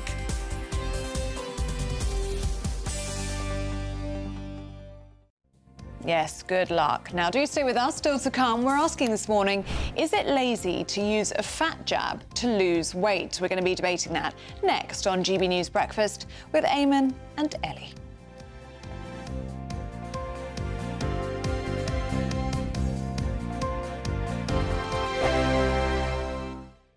Bold. They are under no illusion. Ray, Are you a human trafficker? boundless. I've had enough of the nonsense, and I'm not afraid to say it. Don't get this on the BBC. Every weeknight, I tear through the headlines. The smell of gasoline. Should we be worried about it? From Westminster madness to cultural war chaos. What I'm going to do now, they are throwing out the car as we speak. Get ready, Britain. Here we go. Patrick Christie's tonight, weeknights from 9 p.m, only on GB News, Britain's news channel. Hi, I'm Michelle Dewberry, and my show is your opportunity to cut through all the noise and dive in headfirst to some robust debates. Ideas clash. Situation, isn't it? Because the failure is you're deliberately avoiding my point. Nothing's held back. And if you think this is the end of it, wait for more. And we do not shy away from the difficult stuff. Sometimes I want to shake people and say, if only you understood. So join me on Jubes & Co. weeknights at 6 p.m, only on GB News, Britain's news channel. Westminster's full of talk, but out here, it's the real world. Am I allowed to talk then? No, that's it. This is where it matters, real people and real lives. That's what politics is all about. In fact, has Trump made a good start? No. Straight answers, no spin, and just a couple of pints. How many fingers have I got up? About 10. So join me for Lee Anderson's Real World every Friday at 7 p.m, only on GB News. The People's Channel, Britain's news channel. From the school run to the home run, watch a new show for all of Britain. He can say whatever he wants. A straight talking show where all voices are heard. And, you know, when are we going to stop talking about smashing the gangs and actually do it? With the stories that matter from every part of our country. There's a bit of a crash landing there for your Chancellor. Bold, fearless and standing up for you. That's me, Martin Daubney, 3 p.m. till 6 p.m, weekdays, here only on GB News. The People's Channel, Britain's news channel. Britain was once the envy of the world. But look around. A nation that no longer knows what it is or where it's going. A country that's broken. How do we fix Britain? How do we bring it back? Friday night with Matt Goodwin at 8 p.m, only on GB News. No matter the state it's in, this is our nation. Join me, Jacob Rees-Mogg, for a genuine, honest discussion on where we have been, where we are going, and where we are with the people who set the direction. Tune in to State of the Nation every Monday to Thursday, 8 to 9 o'clock. Only on GB News. Britain deserves a newsroom that puts the facts and your voice first. Well, and that's what you get on GB News. Lively debates, lively conversation. And we're not afraid to hold power to account. And each other. So join me, Andrew Pearce. And me, Miriam Cates, for Britain's Newsroom, weekdays from 9:30 on GB News. Welcome back to breakfast. It is 26 minutes past 7. Now, weight loss jabs are everywhere, with up to 2.5 million Brits using them to get trim. And they don't come without risks. Yeah. NHS doctors have logged 133 patients suffering with side effects in the first 11 months of last year. Only 133. I thought it'd be much more than that. That's up from 83 last year. But is taking a drug that tricks your brain into thinking that your tummy is full, is it a lazy way to shed a few stone? Who cares? To debate this. Who cares if it's a lazy way? If it works, yeah. To debate this, we're joined now by author of The Wait Is Over, Take Back Control. We say good morning, Sandra Roycroft-Davis, and the actor and body positivity influencer, George Keywood. Now, George, I'll say to you, who cares? Who cares, as long as it works? Yeah. I mean, who does care? That's the question, isn't it? I mean, we've got to look at this. I've lost 9 stone now. Wow. In Well the done, past you. year. Well done. You know, thank you. I appreciate it. But, you know, to lose that amount of weight and to improve my health that much, I think we should all be saying, great, this is what we need. You know, this is going to reduce the impact and the cost to the NHS. This is going to improve a lot of people's lives, and it's going to make them more proactive, and it's going to encourage them to live for longer and feel better. I think this is a great thing. And how much better do you feel? How do you actually feel? I mean, that is amazing. I can't imagine how, without the weight jab injection, that you would lose 9 stone. 9 stone is a massive amount. I mean, that's the weight of a person. Yeah, literally. I've lost a whole human being. I've lost my wife in weight. You know, so I think personally how I feel like I can do more. I feel like I can just be myself now. I felt like, you know, I went to Venice in April last year and I would walk around all day long. You know, it's one of those cities where you're constantly walking around. There is no, you know, taxis and stuff like that, so apart from water taxis, but you know, it just being able to walk around and breathe better and not struggle as much is where it's at for me. I mean, that's the improvement I've felt, and being able to just feel more comfortable in your own skin and just sit in your car and not have your belly hit the steering wheel just feels a lot better for me personally. We get it. So Sandra, what's there not to like? Sustainability, probably. That's the big thing. It's got to be all about sustainability at the end of the day. And I've spent the last 15 years helping thousands of people change their relationship with food through my Slim Pod program. And it's got to be about behavioural change. It's the only way to create sustainable weight loss. People are conditioned to thinking that weight loss has to be hard, and I think that's then what happens. Everybody goes for the quick fix. So it really is, with the weight loss jabs, you have to stay on them for life to keep the weight off. That's both expensive and with the side effects. Do you have to stay on them for life? I mean, I would have thought when you look there at the story that we've just heard, is it not just you lose 9 stone and then you say, right, that's great, that's for me, and I'll work at staying this weight? Yeah, but it's just a question of how you're going to work how you're going to work at sustaining that weight. Are you going to keep going on and off the jabs? Or are you going to actually do it? Ellie said at the very beginning of this that it tricks your brain to lose weight. Yes, of course, but that's only temporary. Yeah. So, and you just have to, you can come off. George, how are you going to keep the weight off? So I think I'm going to do it for another year, and if I can lose another half of what I've done, then I think I've done at that point. So I think after that, some of the things that I've done on Mounjaro, like, you know, not drinking Coca-Cola anymore and energy drinks, I feel like those things will just be embedded in me now. And I'm pretty sure that I can then take it myself to maintain that weight or just continue eating more normally. Because I mean, if you're doing it for a year or two, then you're kind of telling your mind for a long period of time that actually you don't need to eat this much, you don't need to do that. I think some of those changes will come with you, but I do understand that you could gain, you know, 10% of what you've lost or something like that. I think that's the statistics of what you could regain after coming off of these drugs. But that doesn't mean that, you know, this still isn't a great thing. I mean, to lose that amount of weight in a year is something that would be very difficult to do just doing a normal diet. Yeah, and it's incredible, George. Do you feel like anybody has given you any judgment for using Mounjaro or a fat loss jab to lose the weight? Do you think there are people out there that do consider it lazy? Huge judgment. Huge judgment. I mean, you know, for me, I'm on social media, so I have a large audience on social media, and everything I do will come with judgment. So do I care? Not really. You know, at the end of the day, I'm losing weight, I'm bettering myself, I'm living longer for my son. That's all what matters. If people don't like that I'm, you know, doing it the fast way, or, you know, I find that it tends to be overweight people that attack me, which I find bizarre, but I think it's because they're not losing weight or they're not improving their life, and they're seeing others that are, who are big and overweight, and they don't like that. So I think there's a bit of jealousy there between Sandra, Sandra, final word to you as to what you would say to people going on the journey. Yeah, I mean, George is living proof that that people can lose weight, and I've got nothing against the jabs per se. It's just that when the biggest thing that that we come across, and I deal with thousands of people every week, is that the fear of coming off really is huge. People are scared and therefore either stay on them or just go back to their normal eating pattern because their brain goes into fight or flight mode.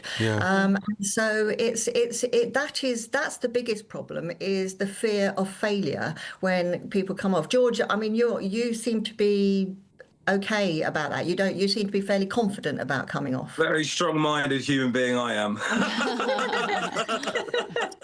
Not everybody's like you, sadly. No, I understand that. Yeah, that's a fair point, to be honest with you. But, you know, I think overall this is a good thing, and I think that it will improve a lot of people's lives. But the mental health side of things is a separate matter that needs to be addressed and looked at George, as well. good luck in your journey. Fascinating to hear and really inspirational to hear.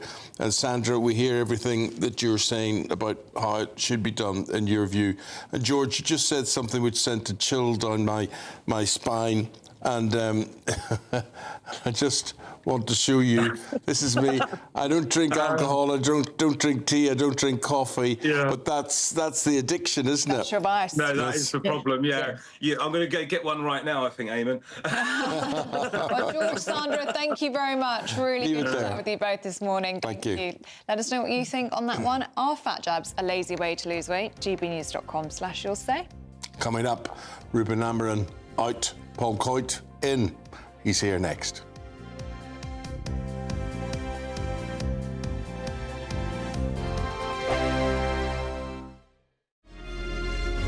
Thank you for making us Britain's #1 news channel. Together, we have built something truly extraordinary.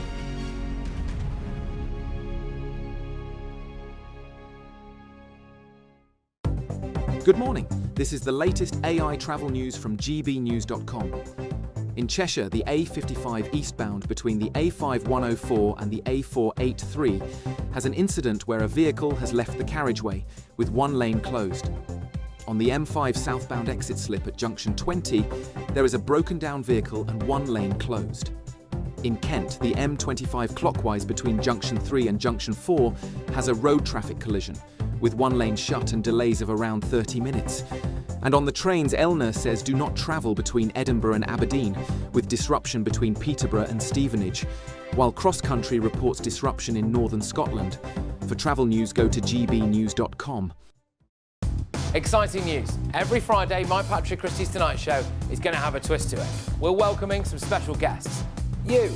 That's right, on Fridays I'm going to be doing my show in front of a live studio audience, because this show is about you and what you have to say. It's going to be the same big debates, same big topics, same big opinions, but every Friday night at 9 p.m. you are invited to come on down to Patrick Christie's Tonight to be a part of the action. Only on GB News, the People's Channel, Britain's news channel. Hi, I'm Michelle Dewberry, and my show is your opportunity to cut through all the noise and dive in headfirst to some robust debates. Ideas clash. Situation, isn't it? Because the failure is... You're deliberately avoiding my point. Nothing's held back. And if you think this is the end of it, wait for more. And we do not shy away from the difficult stuff. Sometimes I want to shake people and say, if only you understood. So join me on Jubes and Kerr weeknights at 6 p.m, only on GB News, Britain's news channel. Westminster, the ultimate clique. And you're fighting like rats in a sack. But here on the Camilla Tominey Show, we ask the questions the establishment media is too scared to ask. OK, let me ask you a straight question, because I know you're a straight-talking politician. Whether it's net zero, illegal immigration or law and order, nothing is off limits. You had the power then. Yeah, as I and say, now you've lost it. That's the Camilla Tominey Show, a politics show that's fearless. But no, let me finish my question if you don't mind, because it is my show. Sundays at 9:30, only on GB News, the People's Channel, Britain's news channel. At GB News, we love to hear from you, our loyal community. So drop us a line at gbnews.com/yoursay. There, you can talk to each other and also to the presenters live on air. gbnews.com/yoursay, because GB News is your channel, Britain's news channel.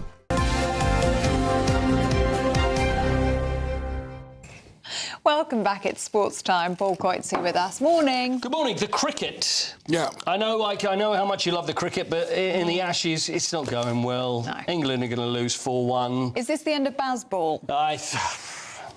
It's not worked out well. So whether they're going to keep the Bazball, I'm not sure. This is Brendan McCullum, knock it around, just relax and have a lovely time, but nobody's having a lovely time apart from the Australians. Australia 518 for 7, lead by 134 runs at the close of play. But you remember I think Eamonn will remember him. You probably won't, but there was a cricket commentator that used to look out the corner of his eye and look at the camera and then look at the guest and look at the camera.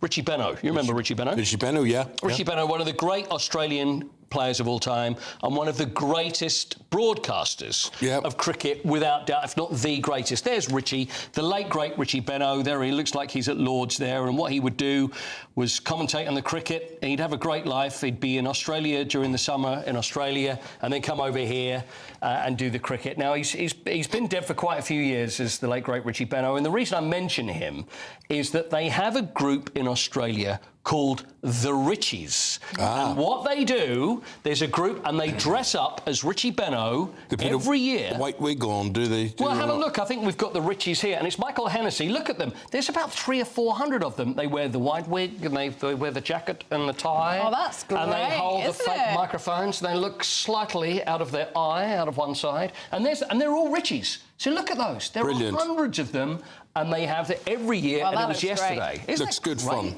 Isn't that great? Good fun. So there we are. So what we're going to do at Manchester United, I'm trying to organise for later on in the season, the Eamonns. Wouldn't that be great? You could have hundreds of Eamonn homes. Hundreds of Fergies, that's what they do. You think so? I think you'd be more interested. I would. I think so, because they can hold the microphone. But anyway, that's the Richies, and hopefully I'd like to get one of the Richies on. I think that would be fun. That'd be fun. Now, you mentioned Man United. Yes. Who are the names in contention there with Ruben Amorim gone? Now, there are names for the interim manager, and then you've got names for the permanent manager. I mean, what is going on? So at the moment, we have the situation where Darren Fletcher, who's an ex-player, of course, under-18s manager, he's now going to take over after Amorim's been fired. So there's 2 games, Burnley coming up and Brighton in the FA Cup. So he's going to look after things there.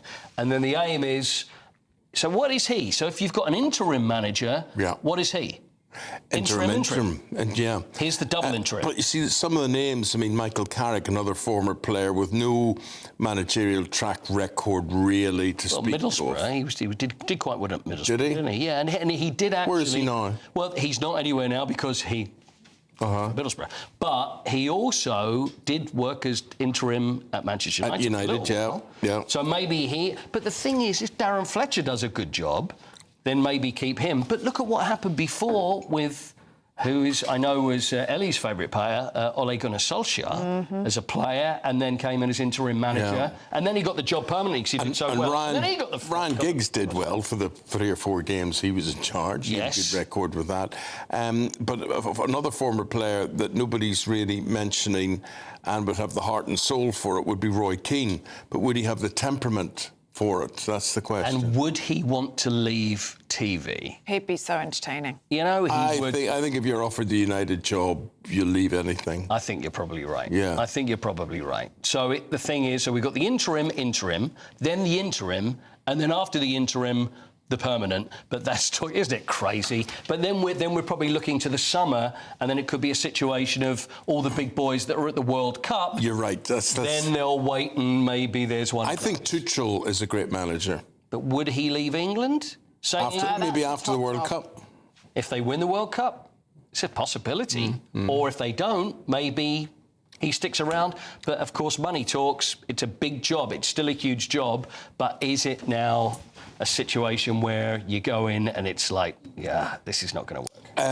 Chelsea, of course, have going through this as well. Yes. You believe they've got that sorted out? Yeah, I think it looks like that's going to be Liam Rosenior. Now, he's gone over to Strasbourg. Now, the link, I said this yesterday, the link between you think, who? Why? Strasbourg and Chelsea are owned by the same people. They had a problem with the last manager, Enzo Maresca, because he wasn't really doing what they wanted to do and he fell out. Everybody seems to be falling out with the people higher up these days. Except Unai Emery at Aston Villa. Great job he's doing there. I think he's a great manager. And basically, when Aston Villa approached him, they basically said, what do you want? And it's not just money we're talking about here, it's control. It's you choose who the transfer targets are, you choose what we're going to do, who we're going to buy, who we're going to sell, you manage the club. I really think that the problem is there's so many managers that just don't have control of what they're doing. Yeah. You coach the team, that's why they call them head coach, but a manager runs it. And surely you need to know who's coming in. Yeah. You have the choice of all of that, but it doesn't seem to happen that way because it's that continental thing, or we have the sporting director. And I know so many managers that have problems with that because they don't get on. And if it works, great, it works great. But more often than not, there seems to be a problem. Mr. Paul, thank you very much indeed. We've got to leave it there. Thank you. Thank you very much indeed. How many bags of crisps an adult eats in a day? Well, it's not the crisps, it's the salt. The salt. What's the equivalent of the salt in the crisps? We'll tell you in the papers next. Susan Holder, David Wooding. Hello, good morning to them. But first... If you're in search of some holiday sun, and who can blame you when it's that cold outside, here is the forecast across Europe. Ready to soak up that holiday sunshine? Won't we need some cover? No worries. All sorted. All Clear Travel Insurance sponsors GB News Travel Destinations Forecast. The cold weather we're experiencing in the UK also affecting Spain at the moment. Warm winds, meanwhile, in Greece, but with some heavy rain ahead of an area of low pressure that is moving through parts of Italy. So wet for Italy, Croatia, much of Greece during Wednesday. Meanwhile, plenty of sunshine for Spain and sunny spells for Portugal, but temperatures well below average on Wednesday, recovering a little later this week. All Clear Travel Insurance sponsors GB News Travel Destinations Forecast. Britain was once the envy of the world. But look around. A nation that no longer knows what it is or where it's going. A country that's broken. How do we fix Britain? How do we bring it back? Friday night with Matt Goodwin at 8 p.m, only on GB News. Martin Daubney, weekdays from 3 p.m. Yeah, so when I was 5 years old, one of my family members, friends, was looking after me one day, like babysitting me. And then on that day, it was a well-trusted friend of our family, was babysitting me and took me upstairs and he raped and abused me. So from then on, I've suffered and suffered. One of the things that he did say to me was that he would kill me or hurt me in my sleep. So ever since then, I've always suffered with PTSD, night terrors. It never goes away. It took 20 years for you to face it to 20 this. years, yeah, to ever come out about what had ever happened to me. My parents didn't know, I didn't tell them anything. Because a lot of men in your position, a lot of boys in position, they'd rather just take the burden of shame on that comes at a great... Can come at a great cost. Yeah, lots of friends and family. And I was just scared to tell them, you know, because obviously as well, if I did ever say anything about it, he was going to come and get me. So I managed to find an organisation, which is charity run, called Arch Teesside, which is near where I live. And I went to go see them. And my therapy at the time, the guy was called Dave Taylor. And he was a big guy, full of tattoos. And, you know, when you see somebody, you think, how am I going to open up to somebody of this man, you know? And I hit it off, like, straight away. And I've always told him, this is what I love doing. I love going to the gym. I want to step on stage by the time I'm 40. And then that's what I went and did. And look at you then. I mean, what modelling shots, yeah. You said in your book there, hold your book up, people want to get a copy of this book. Tell them what it's called, mate. Buy the book. What's the book called, mate? Tell them. It's called Breaking the Silence, A Champion's Journey. And this is it. And your message that you say, if you help one other person out there to channel their pain into purpose, mission accomplished, mate. GB News, the People's Channel.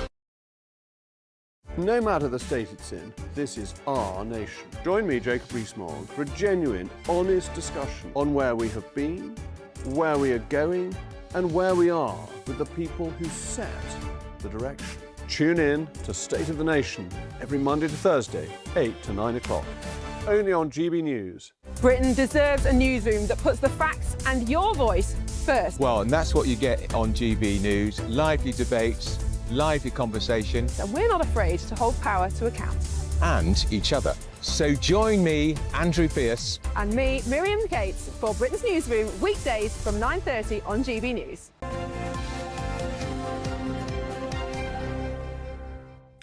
Susan and David are here reflecting over the newspapers and the headlines there today. Front page of the Daily Express, David, new warning over hidden danger of salt in diet. Well, I don't think it's a hidden danger. I think it's there. I think everybody knows that it's there. You look at the ingredients of anything and salt gives it flavour, as does sugar. Now, the government have done something about sugar.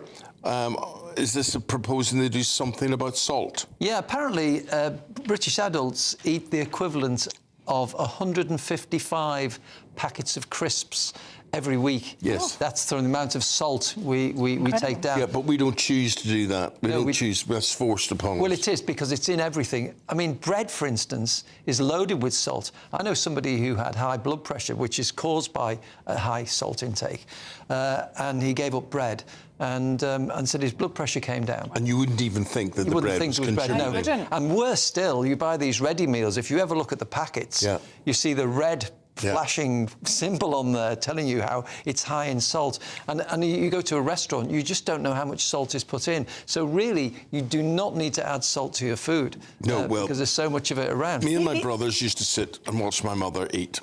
And my mother lived until she was 92. And it was unbelievable watching her put salt on. She said, "Mummy, you can't do that. You can't put salt on it. Keep quiet. I'll do what I want." Whatever. And she did do what she wanted. And she was like practically addicted to salt. She loved salt. Really? She couldn't have food without salt. But the trouble is, the insidious thing about salt, of course, is when you, like you say, with sugar, if you eat too much sugar, you tend to be able to see the effects because you might put on weight. But with salt, of course, it's hidden. And it's not until it starts giving you problems, and you don't know if your arteries are hardening or whatever, or your cholesterol is going up. So actually, that's the problem, and that's why you do need to think about it. And if you put a stock cube in something, you don't need to add salt and Apparently, things like that. as well, in this piece in the Express, which is based on some research by the British Heart Foundation, a third of people have high blood pressure. Wow. Which is, you know, obviously the cause of many heart disease. So it's something we do need to watch. Yeah. Susan, let's have a look at quite an alarming headline in the Daily Telegraph this morning. Almost 1 in 5 Gen Z youngsters in Britain are in favour of a dictatorship. So it would seem. So a Gen Z, if you're not sure, are people aged between 13 and 28. And apparently they think that the best system for running a country effectively is a strong leader who doesn't have to bother with elections. Well, why would you blame them for... You can see the sense of that. You can see the sense of that. And you look at our own system here in the UK, and it is so cumbersome. Yes. You know, to elect people and then go to committees and then we'll have an inquiry into this and then that. what you elect isn't what you get anyway. You elect something, what you think you're electing, and it isn't what you get. So you can kind of see where people would kind of get disillusioned. But what I want to say about this is, there's a couple of things. First of all, what are we doing in education? Because the one thing we need to educate people about, forget maths, forget kind of, you know, trigonometry and all that kind of thing. We all have to have these base levels of maths. History. Why don't we teach people more history? I loved history as a subject. I loved history, but that's where all the lessons are. That's where everything you can kind of work out what's going to happen in the future. You can look at the past. No one's doing that anymore. And actually, if people were a bit more, I mean, young people aged 13, 25 who don't know what the Holocaust is, for instance, need to find out. And I think if they had a bit more kind of knowledge of history, then maybe they wouldn't be quite so in favour of dictatorships. However, on dictatorship, I had an aged aunt who once dropped out in conversation to me. Well, when I had lunch with Colonel Gaddafi, and I was like, I'm sorry, what? And she kind of met him in Libya, and her line to me, which I'll never forget. So she said, he was a charming man, charming. And she lived to tell the tale. And she said, I'll tell you this about men, Susan. You remember this? You know where you are with a dictator. It's very true. I think we should tell these millennials that quote from Winston Churchill in 1947, which was that democracy is the worst form of government, except for all those other forms that have been tried from time to time. Yes, right. Interesting. Be careful what you wish for. David, let's look at something totally different, but also in the Daily Telegraph this morning, migrants posting TikTok tutorials on how to be smuggled into Britain. That's a good word, TikTok-torials. TikTok-torials. Yes.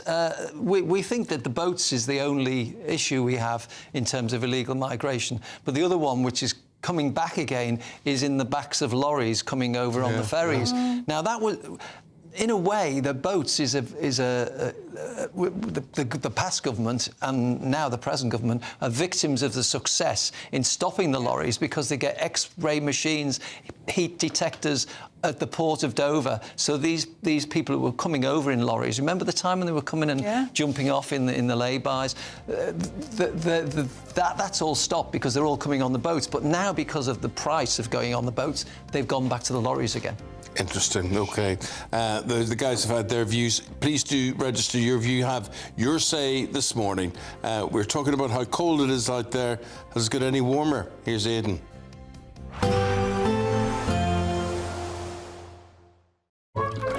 Warm and cosy, with a chance of zero visibility.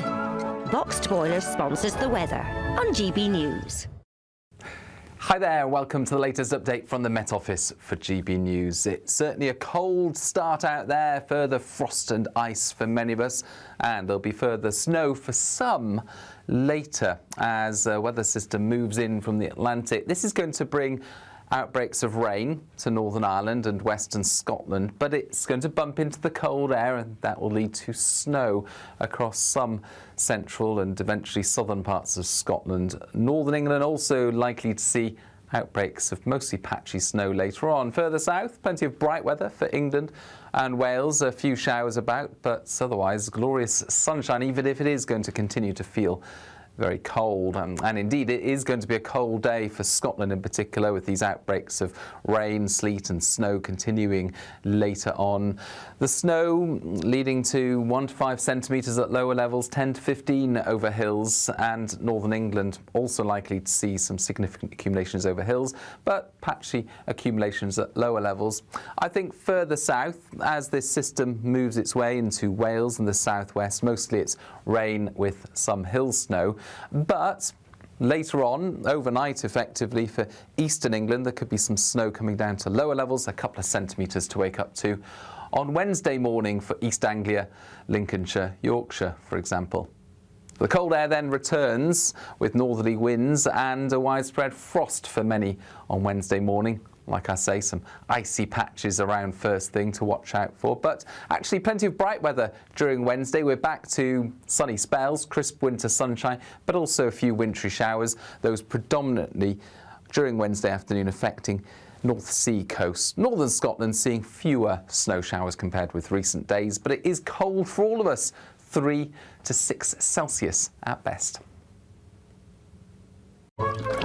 Warm and cosy, with a chance of zero visibility. Boxed Boilers sponsors the weather on GB News.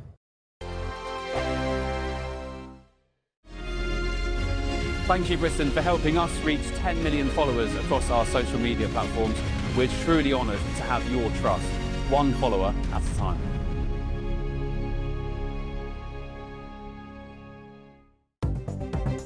Good morning. This is the latest AI travel news from gbnews.com. On the M90 southbound, there is a partial blockage between Junction 8 and Junction 7 after a road traffic incident. In Cheshire, the A55 eastbound has one lane closed between the A5104 and the A483 after a vehicle left the carriageway. It should clear by 8:51 this morning. In Suffolk, the A14 eastbound is heavy between Junction 53 and Junction 55 with delays of around 30 minutes, easing by 8:07. Also on the A487, the road is closed both ways after an overturned vehicle. And on the trains, the Elizabeth Line and Great Western Railway have major disruption. For more travel news, go to gbnews.com. Hello from the Aurora Collection Resort here in Lapland. We're on an amazing Arctic adventure to celebrate our greatest cash giveaway, a simply stunning £85,000. And in 2026, we're giving you the chance to win it all. For another chance to win £85,000 cash, text cash to 63225. One entry costs £2.50 plus one standard network rate message. Or text bonus to 63225. 5 entries cost £5 plus one standard network rate message. Go to gbnews.com/win. Entries start at £2.50. Call 0903 686 3232. Calls cost £2.50 plus your network access charge. Or post your name and number to GB18 PO Box 8690 Derby DE1 9TT. UK only. Entrance must be 18 or over. Lines close at 4 p.m. on the 30th of January. The winner may be contacted live on GB News, week commencing the 9th of February 2026. Please check the closing time if listening or watching on demand. At GB News, we love to hear from you, our loyal community. So drop us a line at gbnews.com/yoursay. There you can talk to each other and also to the presenters live on air. gbnews.com/yoursay, because GB News is your channel, Britain's news channel.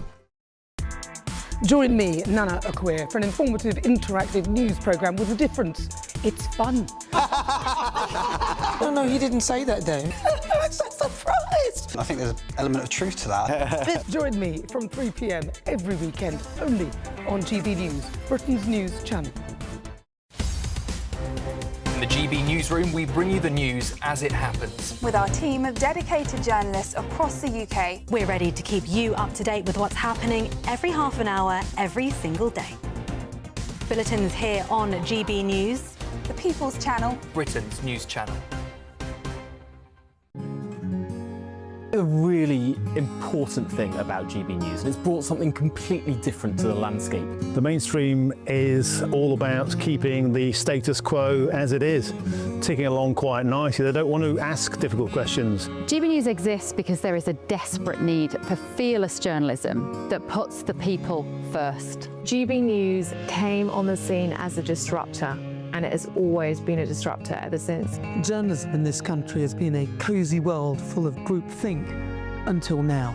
Well, the reality is that most British journalists are afraid. That's not GB News. Journalism is journalism at the end of the day, and we're not here to serve any masters. Our masters are our audience. We're here to talk about things in a way that have never been broadcast on British Airways before. Do not miss a moment on GB News. The #1 news channel in the country.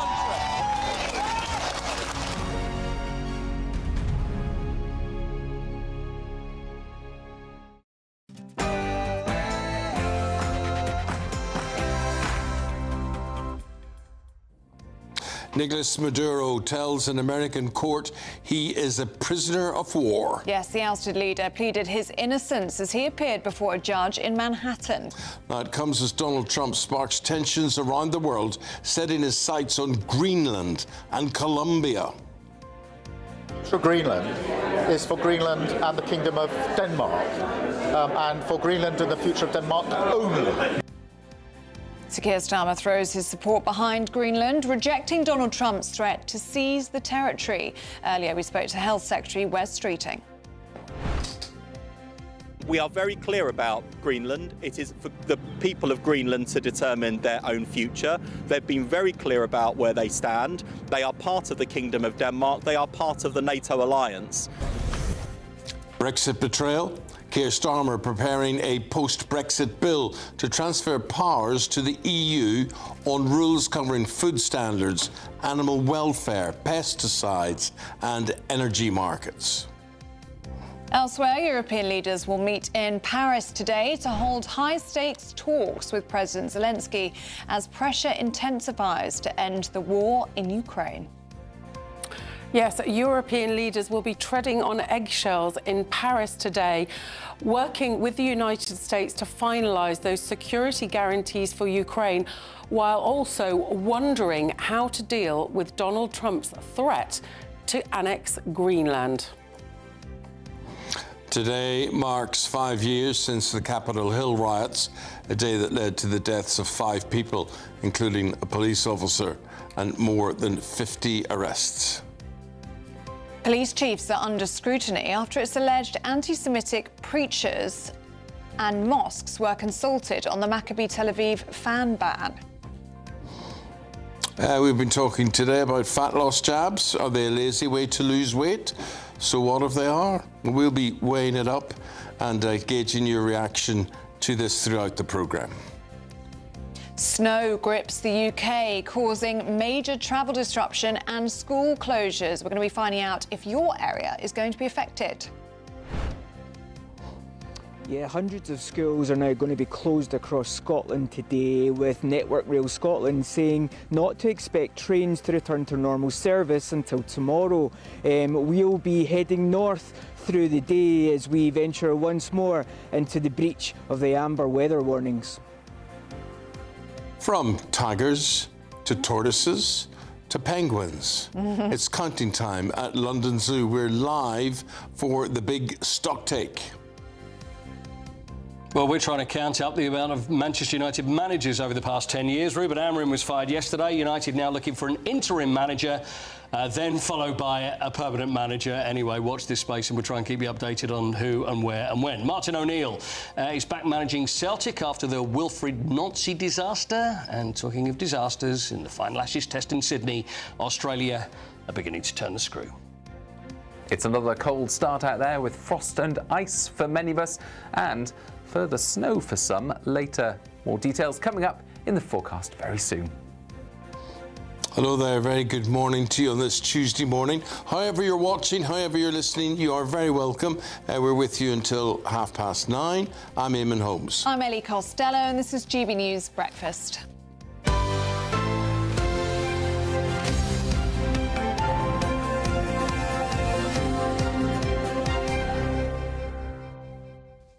So, Paula, what are we going to? Are you going to talk about something? Oh no, don't worry. Well, there's a round, but. Oh, well, the round can wait. Just important thing. We're talking about interim managers there. Yes, yeah. Is Martin O'Neill still back as an interim manager? I don't know whether he's interim. I think he's interim, isn't he? He's classed as interim to the end of the year. I'd give it to him permanently. I'll make him the permanent manager. Right. 74 this year, doesn't matter. It does a great job. That's all we want to know. Because that's all I need to know. We've got a political interview. OK, fair enough. Sorry. And we're going to be back with you in about 20 minutes. I look forward to it. We look forward to it. Well, let's get into the politics now, shall we? We'll head to Westminster and speak to Shadow Defence Secretary James Cartledge. Very good morning to you, Mr. Cartledge. Thank you for waiting for us there in the cold. Can we start by talking about Greenland, which is obviously a hot topic at the moment after President Trump said that the US needs Greenland for issues of national security. Would you support the annexation of Greenland? Do you think it should come under US rule in order to keep it protected from the likes of Xi Jinping and Putin? Well, our position is very clear, and it's the same as the government's. It won't surprise you, which is that Greenland is part of Denmark, and Denmark is not only a NATO member, it's a close ally of the UK and indeed the US. And so, that's the position as we see it. And given the US is a strong member of NATO, let's hope that remains the case. Would you be supportive of further conversations, though, which the Danish PM does seem to be open to, in terms of the US potentially operating there in a defence capability? But it already does that. I think you'll see that military exercises take place there for very good reason. NATO exercises frequently. When I was Defence Minister, I attended NATO exercises such as Steadfast Defender, which was in the Outer Hebrides, and so that does already happen. And I think, to be fair, the point you make about across NATO, and particularly in the High North, we need to be sensitive to the threats we face. In the case of the High North, particularly Russia, and that is a matter for the UK. So, without wishing to get too distracted on this, I think let's not forget that we have our own responsibilities here. And as I discussed when I was last on your programme before the new year, we also need to increase our defence spending and move at a faster pace on rearmament ourselves. Let's talk about the situation in Venezuela. Are you supportive of the US military action in Venezuela on Saturday? And are you confident that it was in keeping with international law? I think the key point I would make is I support the outcomes, but with caveats. When I say I support the outcomes in the sense that, look, Maduro has gone. He was a brutal dictator who arrested political opponents. He did many bad things. He was wanted by the International Criminal Court for crimes against humanity. But the caveat is, now that he's been removed, we need to move to the next phase very carefully. In my view, it needs to be moving towards a stable democracy where ultimately the future of Venezuela is determined by the people of Venezuela, as one would expect in a stable democracy. But it has to be said, that's something the country hasn't enjoyed for a long time because of Maduro and his predecessor. And so to that extent, I welcome what the US has done. But as I say, it's with a very cautious caveat that the next phase is critical. And I do think the priority must be to move towards stable democracy in Venezuela. Do you have concerns about what this might mean next for Latin America? Trump is deepening his warnings to other nations, including Cuba and Colombia. Can you repeat the question? My apologies, the sound is not very clear. Oh, my apologies. Do you have concerns about what this might mean next for Latin America? Trump is deepening his warnings to other nations, including Cuba and Colombia. What do you think could happen next here? Well, look, I'm not going to speculate. Obviously, there's a lot of discussion on these points. I think what we can accept is we know what's happened, which is obviously this in military terms, very successful operation, lifting President Maduro and taking him to the US to go on trial. I think in terms of what happens next, that is now purely speculative. But I think in many ways there is a message for us in the UK. I know that viewers of your programme want to see us standing strong. They watch President Trump and think whatever one thinks of the legalities, etc., that he is a very strong leader, and they want to see that from the UK. And so as a return to my previous point, and the one I made on your show before Christmas, before the Christmas recess, I think that one thing we've got to learn from this is we've got to be strong. We've really got to up our military spending, and not just the spending, but the rate at which we rearm as a key member of NATO, so that we do our bit in standing up to the threats that we face. And what should Britain's position be today at this coalition of the willing meeting in Paris? Are you concerned that the situation in Venezuela might overshadow proceedings today? We know that Marco Rubio won't be there because of the situation in Venezuela. What could be achieved today, if anything? I think it's very important what's happening in Paris. The situation remains very severe in Ukraine, the continued bombardment of civilians, continued high level of battlefield casualties, and it has to be said for Russia itself as well, not that Putin seems to care particularly. I think it's very important today.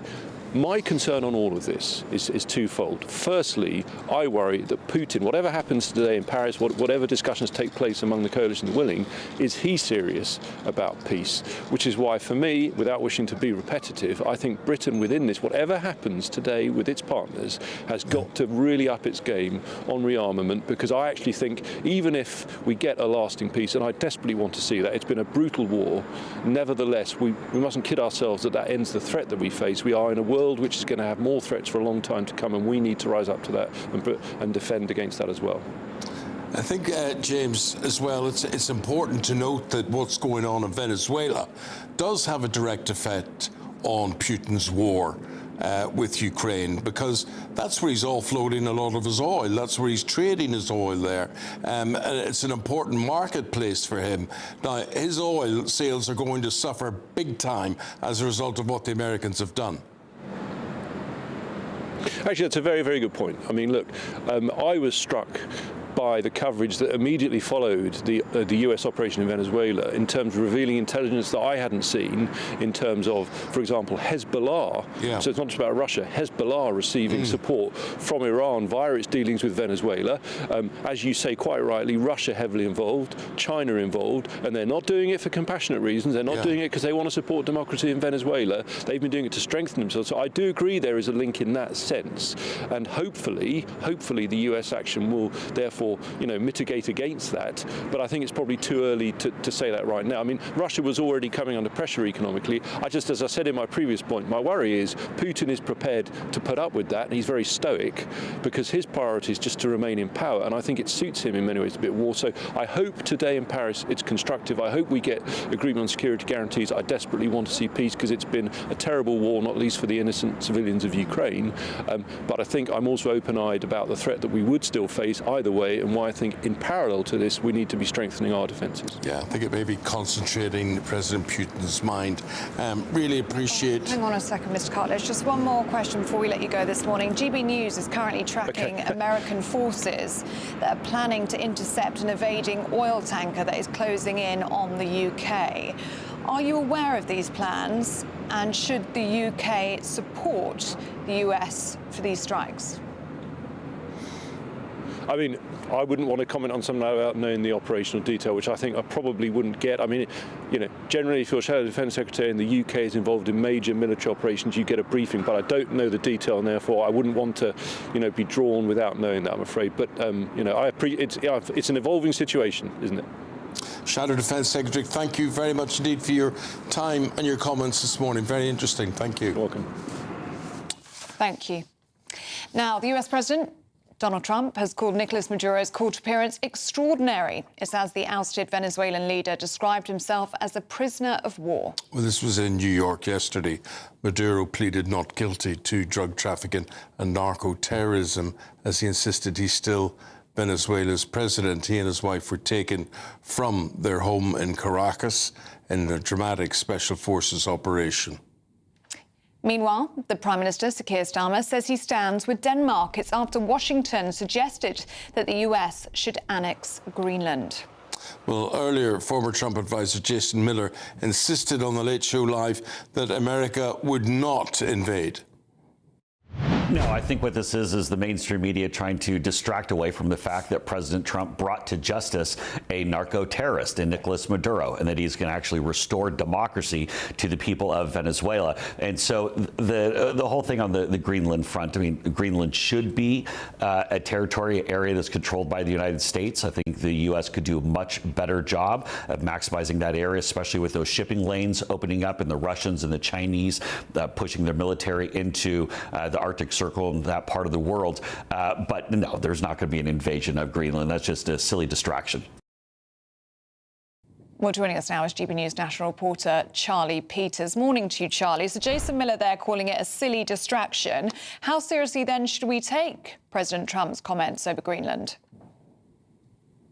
Well, they've been reaffirmed by a more serious commentator in the form of Stephen Miller, who has spoken to US media last night, asserting that Greenland rightfully belonged to the United States and that the Trump administration could seize the area as well. He told CNN, nobody's going to fight the United States militarily over the future of Greenland. He said, we live in a world that is governed by strength, that is governed by force, that is governed by power. It comes after Stephen Miller's wife had posted a photo of Greenland covered in the flag of the United States with the caption, soon.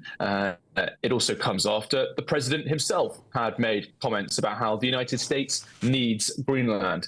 So certainly not something, as Jason Miller suggested, as being just whipped up by the mainstream media. It's being whipped up by figures central to the United States government, which is why we've seen such a vocal pushback from the administration in Denmark, from its prime minister, and also from several other European allies. And while lots of NATO members and European leaders are being very cautious about Trump's intervention in Venezuela, it is here where they are striking a more strident tone. For example, our own Prime Minister, Sir Keir Starmer, treading a very delicate line, a very cautious statement on the engagement with Venezuela and the deposition and abduction of Nicolas Maduro. But then when it comes to Greenland and Denmark, he said, I stand with Denmark. We support the Danish kingdom in that move. So very different tones on those messages. So that is an area, I think, of legitimate and serious concern for Denmark and indeed NATO. The Danish say that it would spell the end of NATO should the US use its force and might to take over the territory. But back in the United States, Nicolas Maduro, he's returned back to that Brooklyn jail. He'll next be in court on March the 17th, where he said he'd been kidnapped. But I'm so glad, Ellie, you asked that question to James Cartledge about an oil tanker, the Bella One, making its way towards the North Atlantic. For the last 2 days, GB News has been tracking that development, and our reporting and our sort of predictive assessment there reaffirmed last night by both CNN and CBS, who have cited US intelligence sources saying that American forces that have been gathering since Sunday in the United Kingdom are now preparing to launch strikes on that oil tanker. They're also chasing several other oil tankers who have fled from the blockade in the southern Caribbean. So we've put in a question to the Ministry of Defence, waiting to hear from them on how the UK is engaging with this. But now US officials speaking to US media say they're preparing to launch these operations, and that's the Bella One on your screens now. It's about 200 miles off the coast of Ireland right now, and it could soon be boarded by US Special Forces. OK, Charlie, thanks for the update. Appreciate it. We go to our political correspondent, Catherine Forster, now, with her take. Catherine, goodness me, when you look at all these events, be it Greenland, Venezuela, Denmark, the world is changing or could change at an incredible pace. Exactly what I was thinking, Eamonn. The world has changed. The world order that we've had since the Second World War. Of course, with Russia invading Ukraine, but with Donald Trump coming in, going into Venezuela, deposing a leader, OK, an illegitimate leader, a bad guy, but nevertheless, all these threats now being made, and I would echo exactly what Charlie Peters just said, that interview with Steve Miller, Donald Trump's deputy chief of staff, saying nobody's going to fight the US over Greenland. If the US decided to go into Greenland, that's a NATO country, Denmark, one NATO ally attacking another NATO ally. I mean, Denmark are incredibly concerned that they are not bluffing, that they're serious. And, you know, Mette Frederiksen, who will be at the Coalition of the Willing meeting in Paris today, has said that everything would stop. It would be the end of NATO. The whole system would collapse. So I think James Cartledge, the Shadow Defence Secretary, saying earlier, Britain needs to up its game. The whole of Europe needs to up its game now. And for all the government talks about upping defence spending and getting to that 5% that Donald Trump has insisted on by 2035, how we're going to get there, how expensive it's going to be, all those are issues that have largely been kicked into the long grass, and it's not clear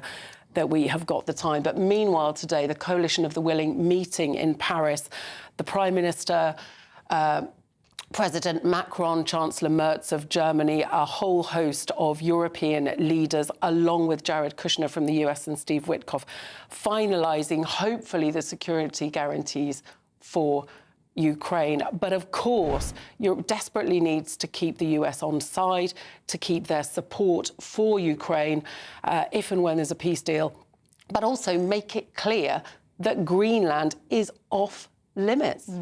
OK. Catherine, thank you very much. Appreciate it, Catherine. Thank you very much indeed.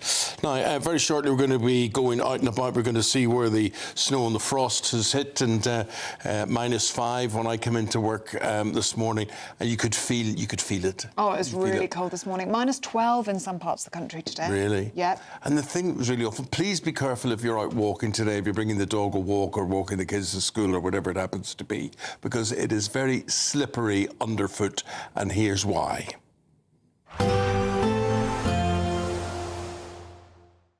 Expect warm spells with the odd rude interruption. Box Boiler sponsors the weather on GB News. Hi there, welcome to the latest update from the Met Office for GB News. It's certainly a cold start out there, further frost and ice for many of us, and there'll be further snow for some later as a weather system moves in from the Atlantic. This is going to bring outbreaks of rain to Northern Ireland and Western Scotland, but it's going to bump into the cold air, and that will lead to snow across some central and eventually southern parts of Scotland. Northern England also likely to see outbreaks of mostly patchy snow later on. Further south, plenty of bright weather for England and Wales, a few showers about, but otherwise glorious sunshine, even if it is going to continue to feel very cold. And indeed, it is going to be a cold day for Scotland in particular, with these outbreaks of rain, sleet and snow continuing later on.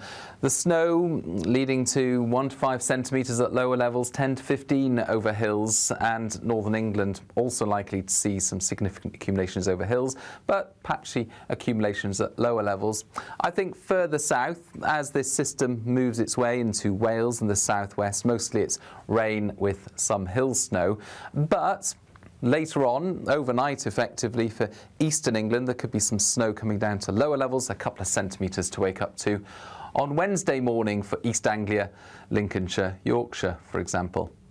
The cold air then returns with northerly winds and a widespread frost for many on Wednesday morning. like I say, some icy patches around first thing to watch out for. But actually plenty of bright weather during Wednesday. We're back to sunny spells, crisp winter sunshine, but also a few wintry showers, those predominantly during Wednesday afternoon affecting North Sea coast. Northern Scotland seeing fewer snow showers compared with recent days, but it is cold for all of us, 3 to 6 Celsius at best. Expect warm spells with the odd rude interruption. Boxed Boilers sponsors the weather on GB News. Well, as you just heard, it is cold out there today, -12 in some parts of the country. Tony Maguire is in Scotland. He's going to bring us the picture from there next.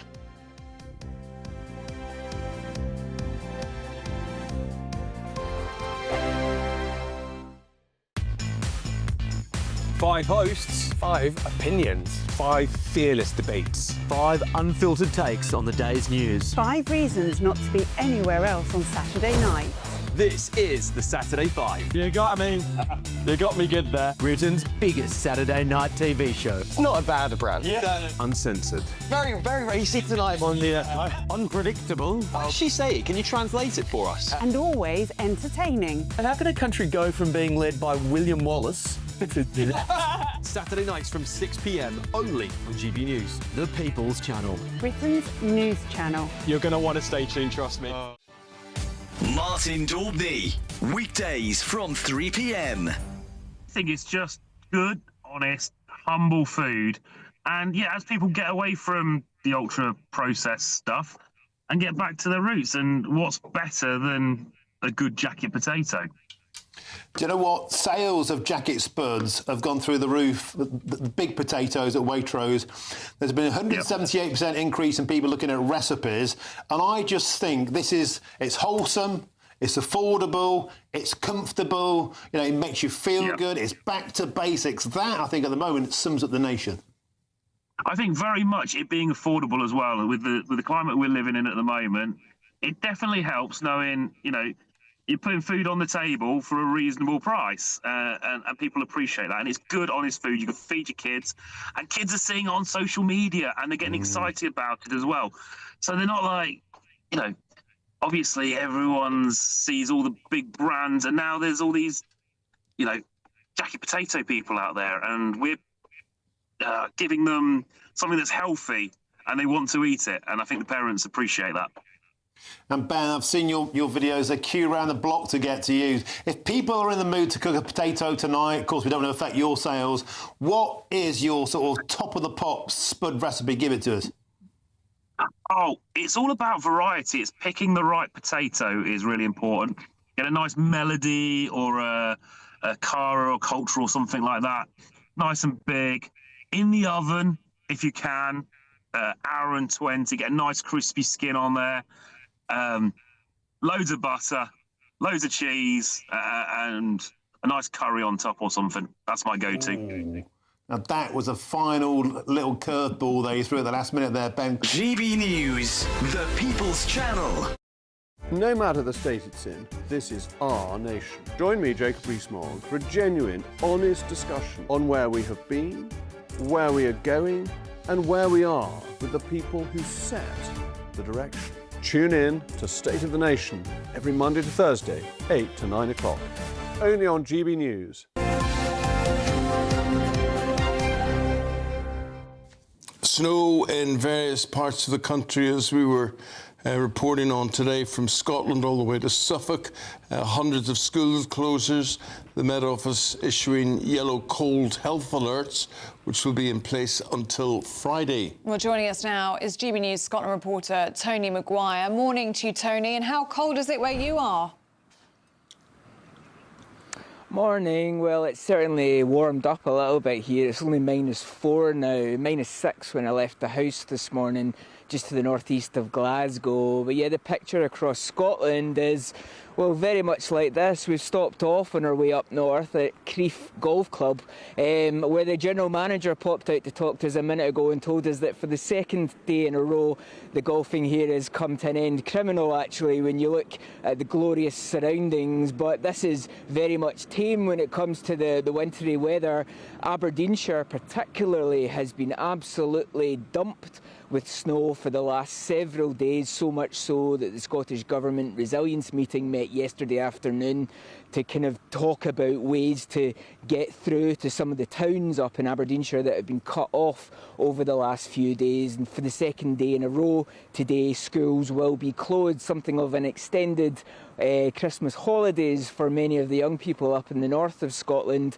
I'm sure not so well received, that news, by the parents. But of course this has really been a very cold week right across the UK, and today in particular we're seeing another 2 amber weather warnings added last night by the Met Office, covering the north of Scotland. That Grampian area from the Cairngorms all the way up to Aberdeen is going to be seeing somewhere in the region of 5 to 10 centimetres on lower ground and 15 centimetres on higher ground. So yeah, a very, very cold day up here, but we hope you stick with us as we keep our journey going further north until we hit those amber weather warnings a little later. On the road, go get yourself a nice hot cup of tea or something. Be warm, keep your hat on. Thank you very much indeed. To the Met Office now, Aidan McGivern this morning with his take on things. Aidan, I mean, you have all the maps behind you and all the theory. There's Tony out there. That's what it's like. That's the reality. Yeah, it's very cold out there this morning. Minus 12.5 degrees in Marham in Norfolk. Minus 8 currently in Teddingham in London, and it's certainly a very wintry picture for the north of Scotland, as you were just hearing, with a foot or more of snow across parts of Aberdeenshire. And in the far north of Scotland, Tomintoul in Moray has recorded 52 centimetres of snow. That's the deepest snow in the UK since 2018. And how long do you think this is all set to last, Aidan? Another few days. Milder weather is on the way, so the usual Atlantic-driven low-pressure wind and rain is going to return, but as it returns, it's going to cause further snow and ice issues. There's a system in particular that we've got our eye on for Thursday night. That's a deep area of low pressure coming along, and that is likely to bring another spell of significant snow as it bumps into the cold air. So we're talking about parts of Wales, the Midlands, East Anglia, most at risk from snow from that system. Southern England, more at risk from strong winds and heavy rain. The snow, you know, we deal with the snow, Aidan, but it's the ice, it's being underfoot, it's walking on pavements and things. That's the really difficult thing. Yeah, exactly. It doesn't take a lot of snow to cause really slippery conditions underfoot. And in some ways, that can be more impactful, more dangerous than deep snow, which you could get a better grip on, and it's clearly more dangerous. Whereas when you've got this black ice, then that's really quite tricky to get around, whether you're walking or cycling or driving. Well, I know you'll be keeping us posted throughout the day here on the station, and there's a lot of interest in what you have to say and what you are predicting. So appreciate your time on what will be a very busy day for you, Aidan. Thank you very much indeed. Thanks, Aidan. No problem. Thank you. When I got in the car this morning, it was the scaffolders and those working on construction sites that I was thinking of. Minus 12, minus 8. I mean, they've got to go out and work. And make their money today. Yeah. It'll be a tough, so tough fair shift. play to people who are out there digging roads or being window cleaners or whatever they have to do today. I mean, you can walk away from it, but there's some people who just have to do it. It doesn't go away. Yeah. But if you had 85,000 quid in your pocket, you wouldn't have to worry, would you? Here's our Great British giveaway. It's a brand new year and we're giving you the chance to win our biggest cash prize to date. £85,000 in tax-free cash to make your new year the best yet.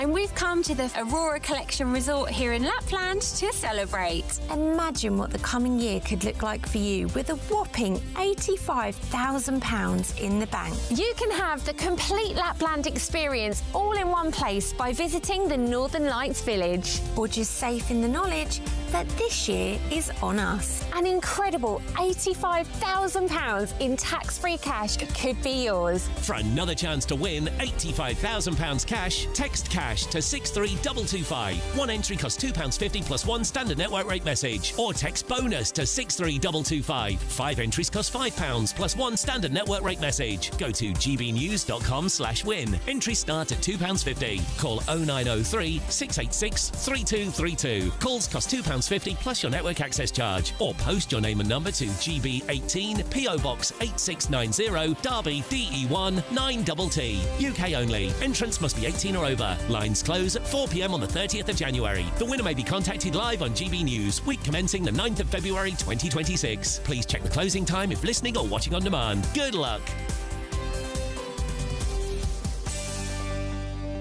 Hard to tell the difference between the UK and Lapland, where Haley was, but here is the traffic picture across the country. Good morning, this is the latest AI travel news from gbnews.com. On the M8 eastbound, lane 2 is blocked at junction 3 after a road traffic incident. In Cheshire, the A55 eastbound between the A5104 and the A483 has one lane closed after a vehicle left the carriageway, with delays of around 15 minutes. In Staffordshire, the A500 southbound between the A34 and the A527 is slow with congestion, adding about 10 minutes. And on the trains, the Elizabeth line has major disruption between London Paddington and Heathrow Terminal 5 and Reading, while Great Western Railway has major disruption between London Paddington and Reading. For more travel news, go to gbnews.com.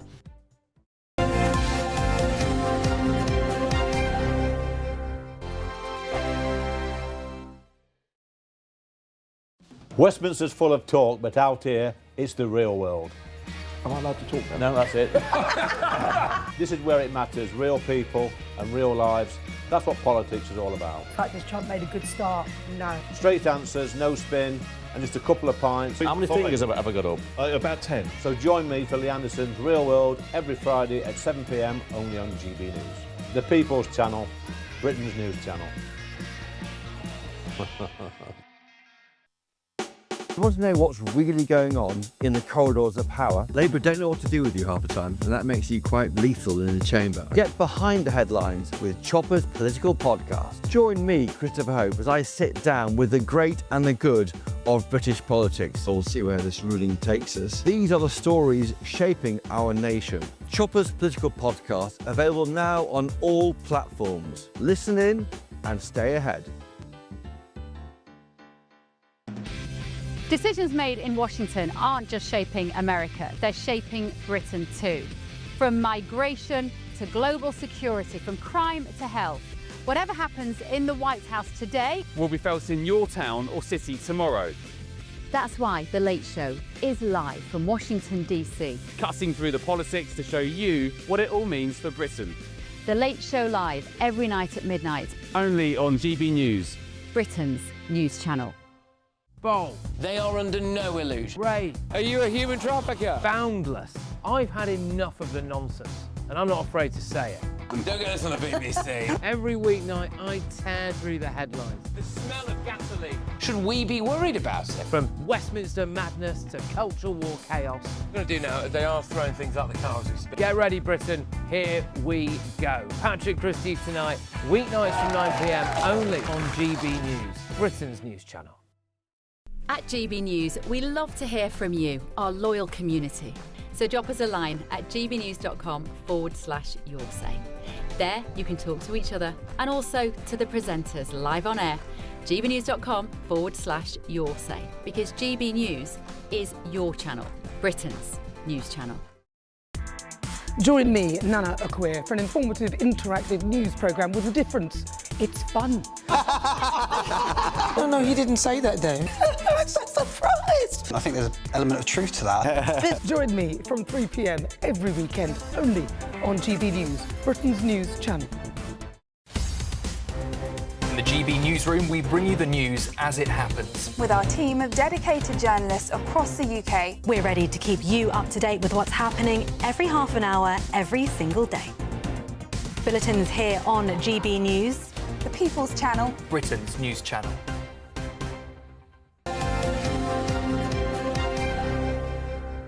Welcome back to Breakfast. It's sports time. Paul Coyte's got lots of news for us, haven't you? Well, should we say how much Amorim has cost Manchester United? Because, you know, there's all the talk about, we did this a few months ago at Manchester United about how much money they were trying to save, no free lunches, no tickets to the cup final, not allowed this, let's get rid of everybody.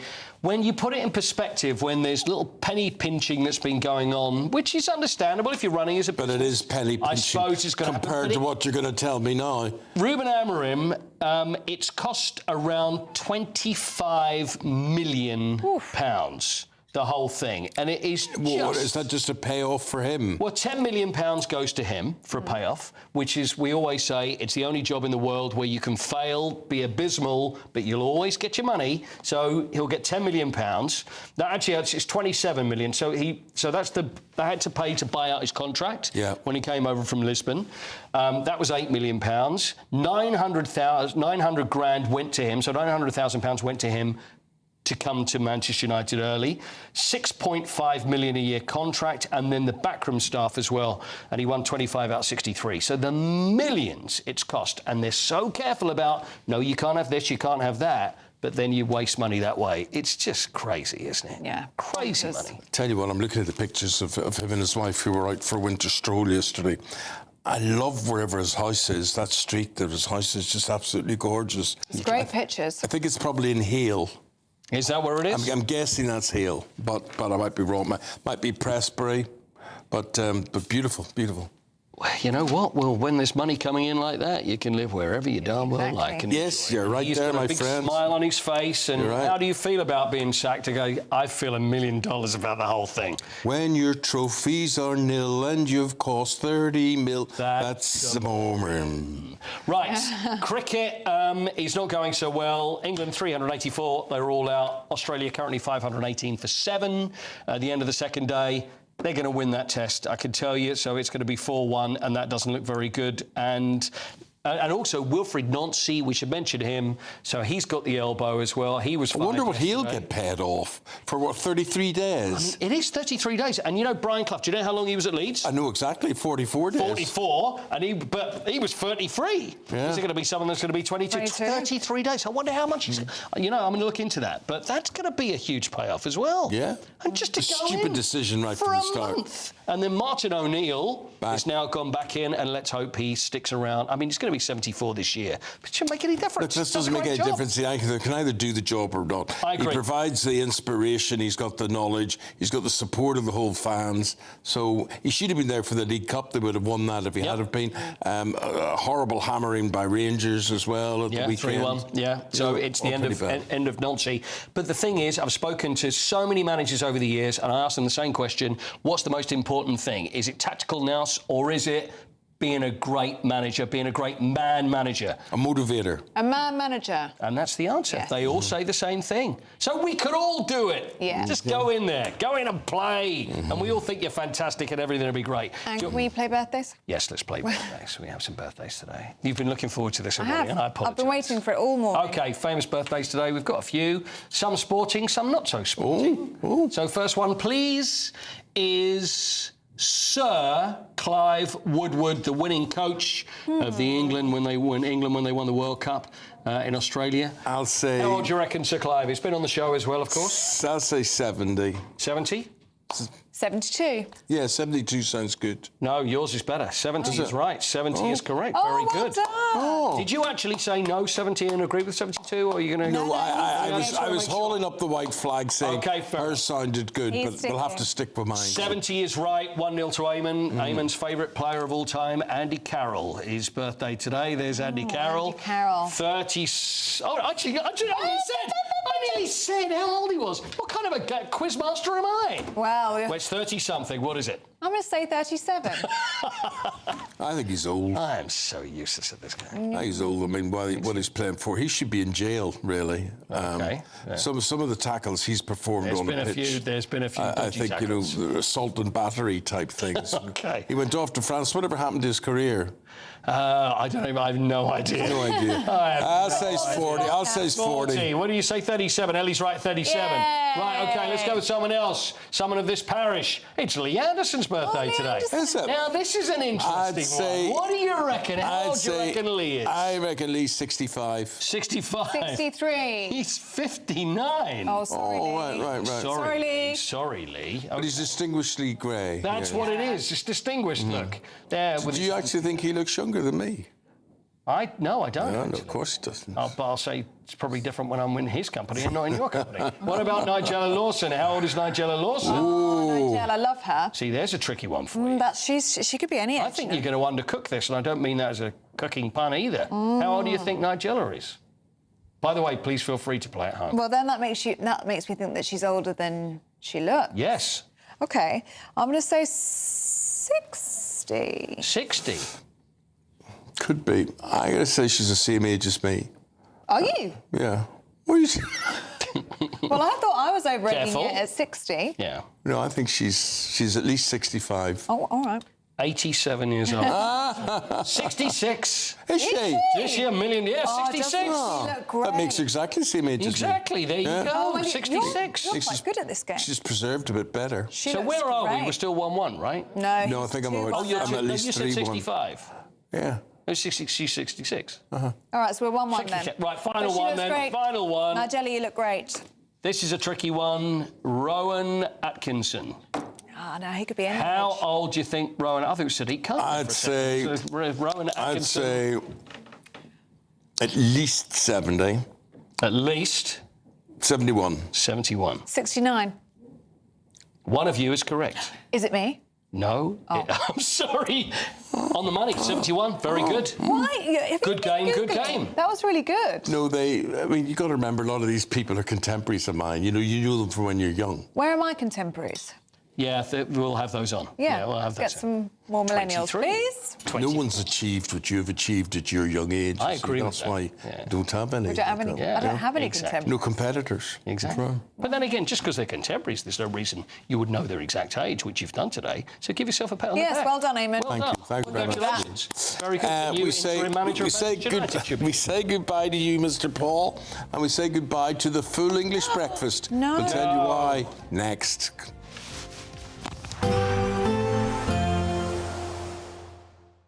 Ready to soak up that holiday sunshine? Won't we need some cover? No worries. All sorted. All Clear Travel Insurance sponsors GB News Travel Destinations Forecast. The cold weather we're experiencing in the UK also affecting Spain at the moment. Warm winds, meanwhile, in Greece, but with some heavy rain ahead of an area of low pressure that is moving through parts of Italy. So wet for Italy, Croatia, much of Greece during Wednesday. Meanwhile, plenty of sunshine for Spain and sunny spells for Portugal, but temperatures well below average on Wednesday, recovering a little later this week. All Clear Travel Insurance sponsors GB News Travel Destinations Forecast.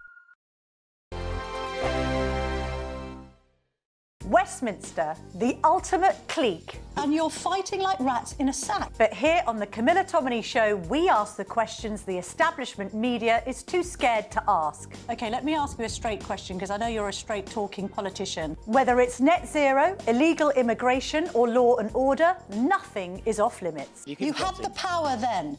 Yeah, as I And say, now you've lost it. That's the Camilla Tominey Show, a politics show that's fearless. But no, let me finish my question if you don't mind, because it is my show. Sundays at 9:30, only on GB News, the People's Channel, Britain's news channel. This is GB News, Britain's news channel.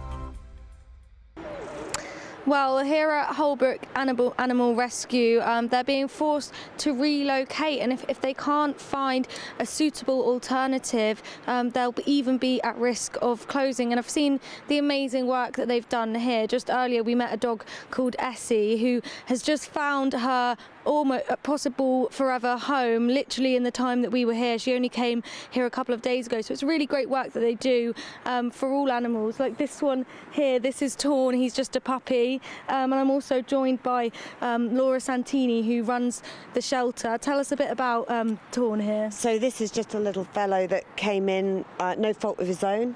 the people just couldn't cope with him. So he's lively and he's a half shepherd, half Labrador. What kind of impact would the possible relocation or even closure have on dogs like this one and all the other animals you have here? Well, simply that we wouldn't be able to take them. So if the next one comes up like this and we've got nowhere to go, then we just can't take them, obviously. So what happens to them at that point, I don't know, because we don't just take beautiful pups like this. We take the old and the sick and the dogs that other people don't necessarily want to take. So I can't imagine what would happen to some of them. So I don't know. It's sad. It's just a sad situation. And you've had quite a lot of support from the community here in trying to relocate. What's been there for you in terms of support? They're absolutely incredible. They've sent 1,000 letters into the council to try and support us and help us and let everyone see the light that, you know, you do actually need animal sanctuaries around. You can't shut them all down. We're always getting phone calls saying how much people like what we do and hope we get our plan in appeal when it goes through and things like that. GB News, the People's Channel. Join me, Nana Akwe, for an informative, interactive news programme with a difference. It's fun. No, he didn't say that, though. I'm so surprised. I think there's an element of truth to that. Join me from 3 p.m. every weekend, only on GB News, Britain's news channel.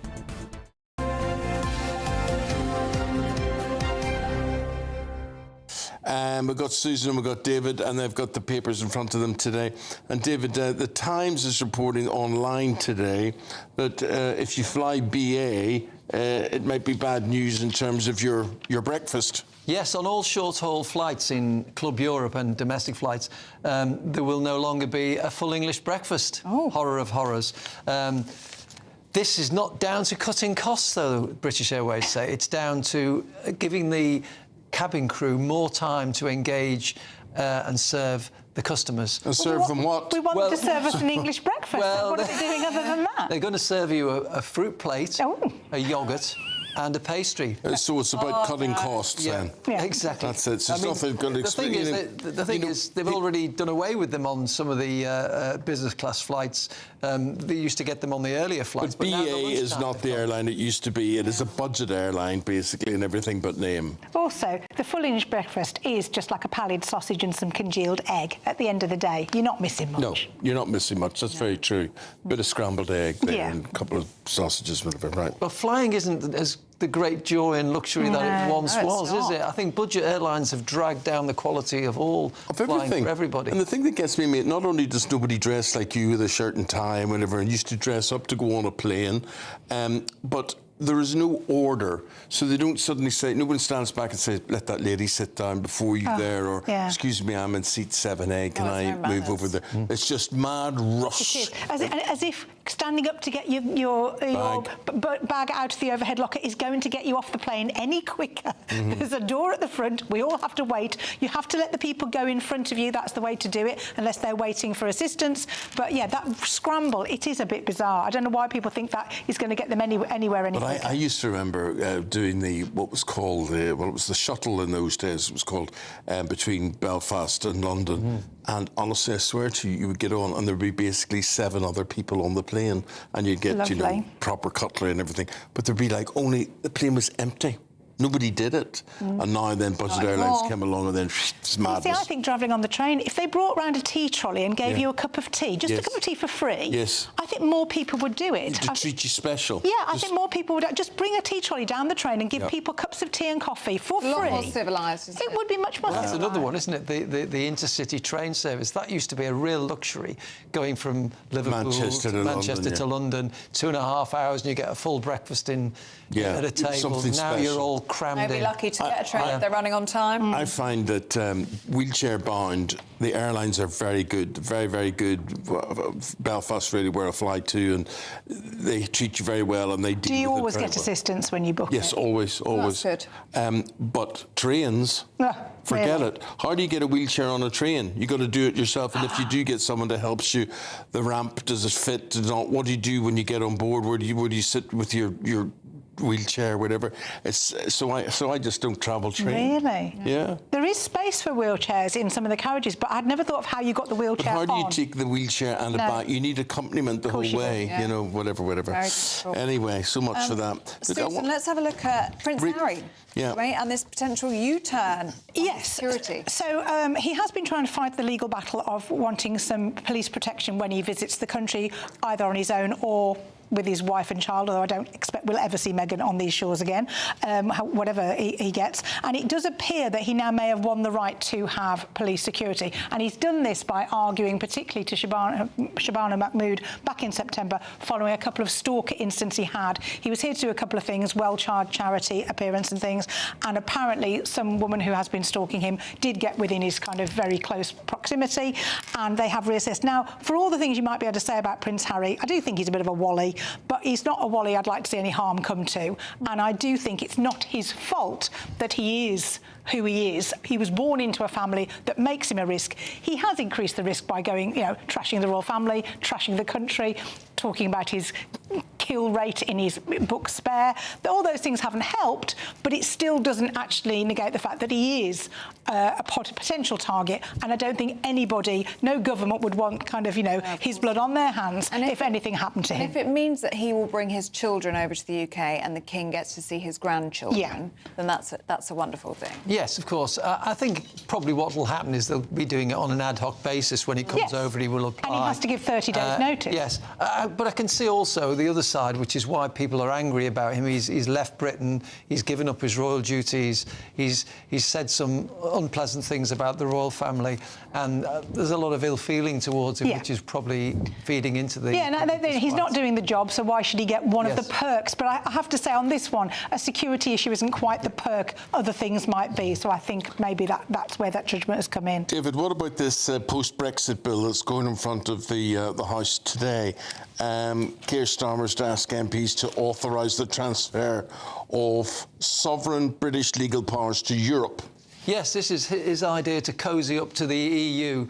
Now, this is clearly a shameless attempt by the Prime Minister to placate the left of the party, who are deserting, not the left-wing voters, in fact, who are deserting Labour to go to vote Green, and the Lib Dems, who are both massive Remainer parties, and also the Europhile MPs who want him to get into the customs union. So really, he's been forced into this but don't for you his own feel political he's really ends. between a rock and a hard place where this is concerned? Yes. Because people voted for a Brexit that didn't exist, and they can moan all they like the fact that it didn't happen because of this and that. It didn't happen because it was never really on offer what they wanted. And now we're in a situation where some things may have to be looked at, and he's going to get criticised if he doesn't do it, and he's going to get criticised if he tries to make some sort of inroad. Well, that's Susan's view on that, folks. I would like to hear what you think about all of that. Please do have your say this morning, and we'll try and reflect those in the next half hour of the programme if you do get in touch. The wee thing goes up here, and you scan your screen. No, it's not, but no, it's not there. Anyway, thank you too very much indeed. Appreciate it.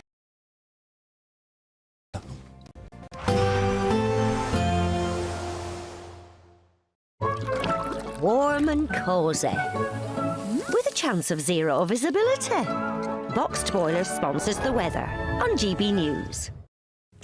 Hi there, welcome to the latest update from the Met Office for GB News. It's certainly a cold start out there, further frost and ice for many of us, and there'll be further snow for some later as a weather system moves in from the Atlantic. This is going to bring outbreaks of rain to Northern Ireland and Western Scotland, but it's going to bump into the cold air, and that will lead to snow across some central and eventually southern parts of Scotland. Northern England also likely to see outbreaks of mostly patchy snow later on. Further south, plenty of bright weather for England and Wales, a few showers about, but otherwise glorious sunshine, even if it is going to continue to feel very cold, and indeed it is going to be a cold day for Scotland in particular, with these outbreaks of rain, sleet and snow continuing later on.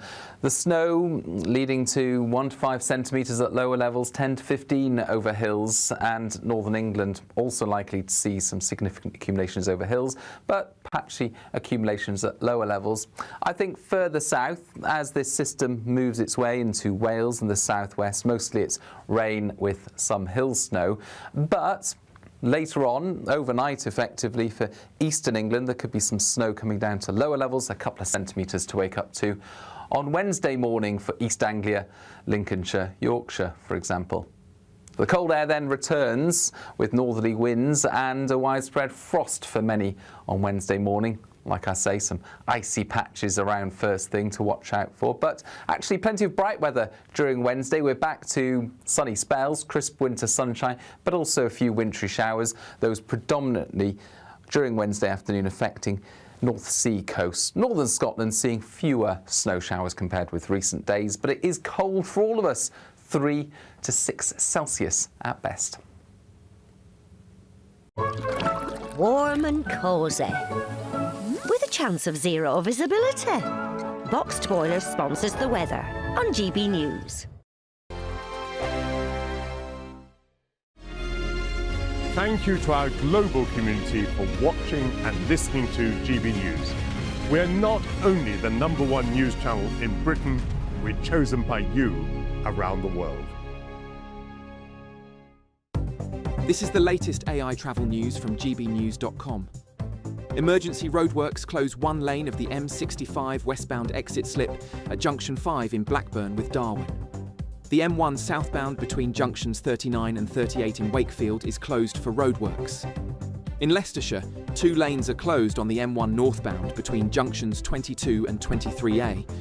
All lanes are shut on the M6 southbound entry slip at junction 8 in Sandwell. In Hertfordshire, the M1 northbound between junctions 5 and 6 is reduced to 1 lane. The M25 anti-clockwise entry slip at junction 3 from the A20 in Kent has lane restrictions.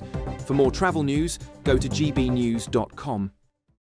It's a brand new year and we're giving you the chance to win our biggest cash prize to date. £85,000 in tax-free cash could be yours. And we've come to the Aurora Collection Resort here in Lapland to celebrate.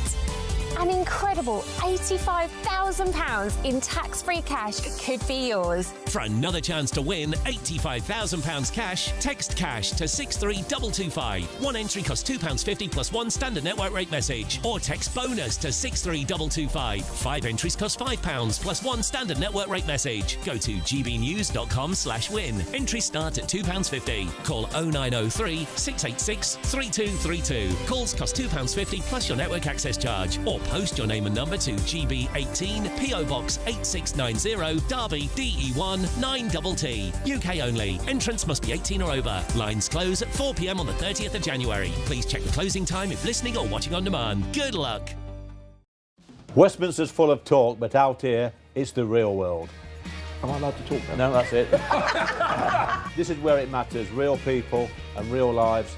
That's what politics is all about. The fact is Trump made a good start. No. Straight answers, no spin, and just a couple of pints. How many fingers have I got up? About 10. So join me for Lee Anderson's Real World every Friday at 7 p.m. only on GB News.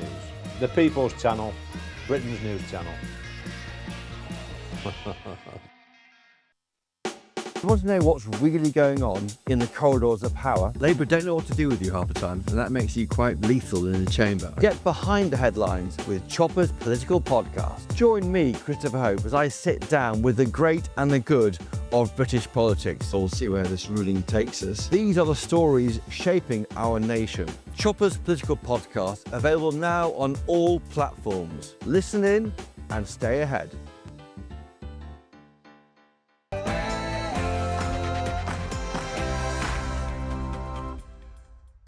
Good morning. Nicolas Maduro tells an American court that he is a prisoner of war. The ousted leader pleaded his innocence as he appeared before a judge in Manhattan yesterday. Well, it comes as President Trump sparks tensions around the world, setting his sights on Greenland and Colombia. For Greenland is for Greenland and the Kingdom of Denmark. and for Greenland and the future of Denmark only. That's Keir Starmer throwing his support behind Greenland, rejecting Donald Trump's threat to seize the territory. The Health Secretary, Wes Streeting, had this to say to us this morning. We are very clear about Greenland. It is for the people of Greenland to determine their own future. They've been very clear about where they stand. They are part of the Kingdom of Denmark. They are part of the NATO alliance. Brexit betrayal. Sir Keir Starmer prepares a post-Brexit bill to transfer powers to the EU. It's on rules covering food standards, animal welfare, pesticides and energy markets. European leaders are meeting in Paris today to hold high-stake talks with President Zelensky as pressure intensifies to end the war in Ukraine. Today marks 5 years since the Capitol Hill riots, a day that led to the deaths of 5 people, including a police officer, and more than 50 people who were arrested. Police chiefs under scrutiny after it's alleged anti-Semitic. Preachers at mosques were consulted on the Maccabi Tel Aviv fan ban. Here in Birmingham, outside Villa Park, of course, months on from that ban. Down in Westminster, the Chief Constable of Westminster Police and John Cotton of Birmingham City Council will be grilled by MPs as new evidence comes to light that the initial decision was made in light of any actual substantial evidence. Well, as you saw from those pictures and that picture, snow is gripping Britain, causing major travel disruption and school closures. And hopefully you can find out if your area will be affected from us this morning. From tigers to tortoises to penguins, it's counting time at London Zoo. We're going to be live for the big stocktake.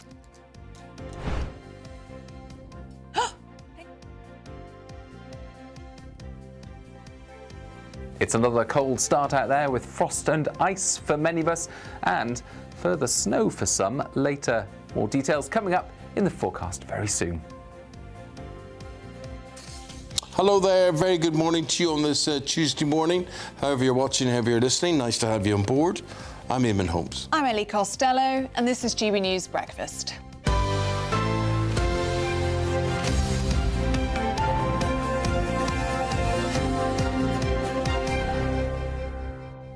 And we've got some breaking news on the sports front this morning, and Paul will bring that to you. Liam Rosenior is the new manager of Chelsea Football Club. Never heard of him.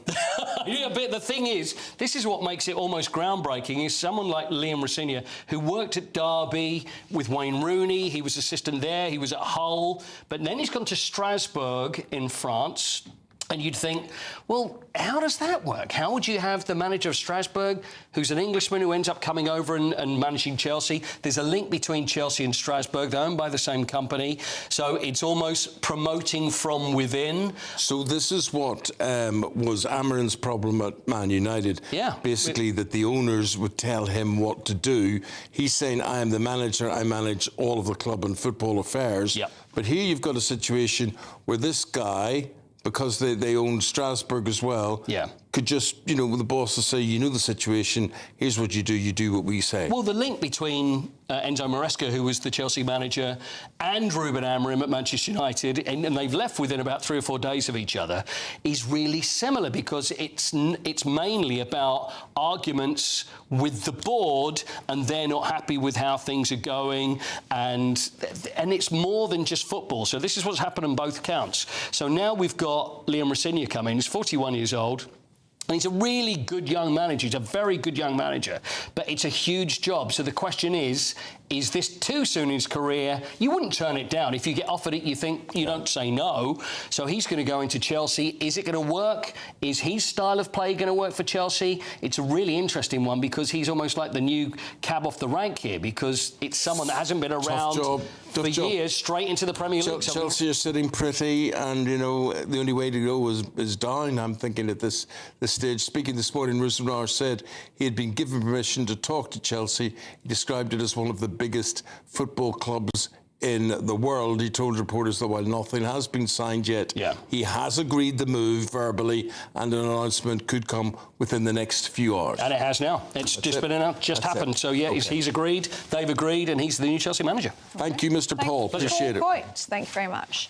Now to our top story this morning. And US President Donald Trump has called Nicolas Maduro's court appearance extraordinary. It says the ousted Venezuelan leader described himself as a prisoner of war. In New York, Maduro pleaded not guilty to drug trafficking and narco-terrorism as he insisted he's still Venezuela's president. He and his wife were taken from their Caracas home over the weekend in a dramatic special forces operation ordered by Trump. Well, meanwhile, the Prime Minister here, Sir Keir Starmer, says he stands with Denmark. It's after Washington suggested that the US should annex Greenland. Former Trump advisor Jason Miller, though, has insisted on our Late Show Live last night that the US would not invade. No, I think what this is the mainstream media trying to distract away from the fact that President Trump brought to justice a narco-terrorist in Nicolas Maduro, and that he's going to actually restore democracy to the people of Venezuela. And so the whole thing on the Greenland front, I mean, Greenland should be a territory area that's controlled by the United States. I think the U.S. could do a much better job of maximizing that area, especially with those shipping lanes opening up and the Russians and the Chinese pushing their military into the Arctic Circle in that part of the world. But no, there's not going to be an invasion of Greenland. That's just a silly distraction. Well, speaking to us now is Danish Greenlandic political figure Jørgen Boasen. Very good to see you this morning, Jørgen. What do you make of Jason Miller talking to GB News there, describing this talk of the US potentially taking over Greenland as just a silly distraction? No, I think he has a good point, Mr. Trump, because we living in the Arctic, and the Arctic is so big, and also the Danish cannot handle that surveillance of the Arctic or also Greenland. The ship is around 40 years old, or they have a lot of problems. So that situation is not good for Trump because we are the front yard of US, and we are next to the Russia, and you know the Chinese want to go through the Northwest Passage in the winter, summer, and winter time now. And Jørgen, you actually facilitated the visit of Donald Trump Jr. to Greenland last year, didn't you? I think it's exactly a year tomorrow, actually. What was it like having the US there? Because they were already showing an interest in Greenland at that point. I think it's very important that we have the voice. We have never been heard from the European and the world, because we was annexed in 1953 without referendum from Denmark. So we have the highest suicide rate in the world, and crime and the poverty among the people. Even with the same with Kingdom of Denmark. If you go to Denmark, this is one of the 5 richest countries in the world. But if you go to Greenland, is another situation. So people are tired of that. That's why the Danish politician and the elite in Greenland are very afraid to lose control for what they have. Right now, it's Trump's interest is very good for the indigenous people, because we are not recognized as a people in Greenland. We are forced to be Danish citizens, and this have to be reminder for Keir Starmer from Greenland as an Inuit. We are not recognized people, and please, European, just leave us alone. We want to work with the Americans. The European has been working with the American in 80 years, so it's now our time and turn. So, Jørgen, just to get this straight for people, you are in favour then of an American takeover. You wouldn't be against it. I don't know what we can say about takeover, because we don't know what he wants, but we have opportunity to work with the Americans, to see what will the future be, because right now the the young generation will not go to Denmark because the racial structural racism against the Inuit here in Denmark, and people not felt welcomed here. So this situation is, it is new chance for the Inuit people in Greenland. So we are not afraid. Let us see what happens. But our politician has been ruled by the Danish Prime Minister and the King in Denmark. So I think they're now in bad standing, our government in Greenland. They have been too hostile to Mr. Trump, and Trump has been very, polite and very respect us as waiting for what going to happen, Okay. Jorgen, thank you very much for your time this morning. Thank you for joining us on GB News Breakfast. Yes, really good to get your perspective. Thank you. There's a man speaking to us from probably one of the few places in the world colder than what we are today. 56,000 people live in Greenland. Is that It's right? one of them, yeah. Quite a small population. Not a lot, is it? No, it's not a lot. You'd easily get that in a football ground on a Saturday. You could, yeah. Incredible. MPs are set to challenge West Midland police after Aston Villa barred Maccabi Tel Aviv fans from entering the stadium. Yes, you remember the match sparked mass protests ahead of that football match. Well, joining us now from Aston Villa, GB News national reporter on this one. Let's have a word with Jack Carson. Jack will tell us more.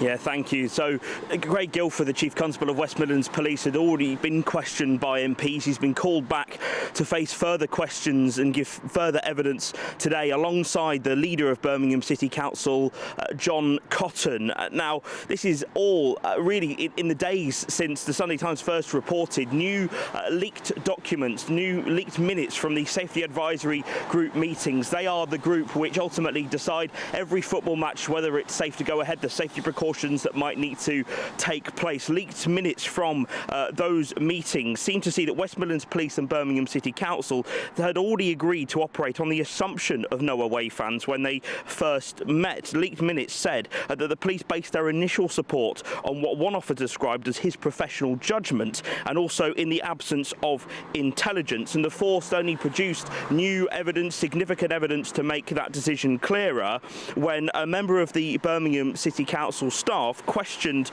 the evidence that they were using, questioned the decision, saying that information could preempt criticism or claims of anti-Jewish sentiment. Of course, they received widespread criticism over the decision, that Safety Advisory Group and the West Midlands Police, over the decision to ban Maccabi Tel Aviv fans back at the Europa League match back in November, and they'll face further questions from MPs today. Okay. Jack, thank you very much indeed. And on this cold and frosty morning, we could cheer you up a bit. We could warm the cockles of your heart with the Great British Giveaway. It's a brand new year and we're giving you the chance to win our biggest cash prize to date. £85,000 in tax-free cash to make your new year the best yet.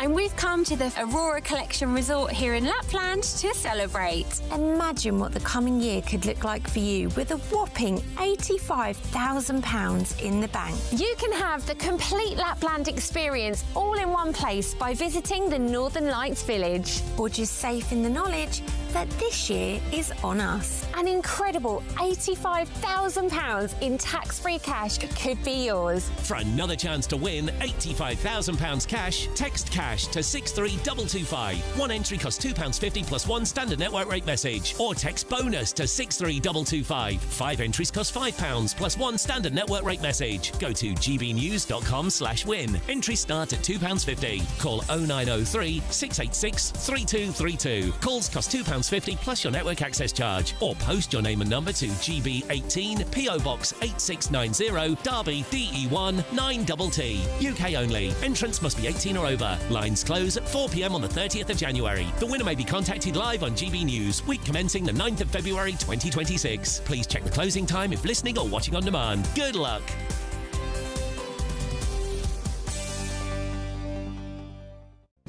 Yes, very good luck. Now, do stay with us. Still to come. We've been looking forward to this, haven't we? It's annual weigh-in day at London Zoo. Thankfully, yes. Thankfully, it's at London Zoo, not for us.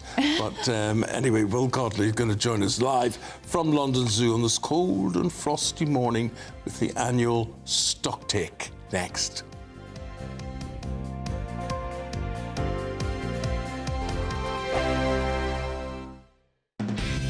Decisions made in Washington aren't just shaping America, they're shaping Britain too. From migration to global security, from crime to health. Whatever happens in the White House today will be felt in your town or city tomorrow.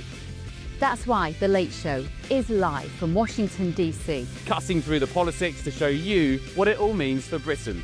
The Late Show live every night at midnight. Only on GB News, Britain's news channel. Exciting news. Every Friday, my Patrick Christie's Tonight Show is going to have a twist to it. We're welcoming some special guests. You. That's right, on Fridays I'm going to be doing my show in front of a live studio audience because this show is about you and what you have to say. It's going to be the same big debates, same big topics, same big opinions, but every Friday night at 9 p.m. you are invited to come on down to Patrick Christie's Tonight to be a part of the action. Only on GB News, the People's Channel, Britain's news channel.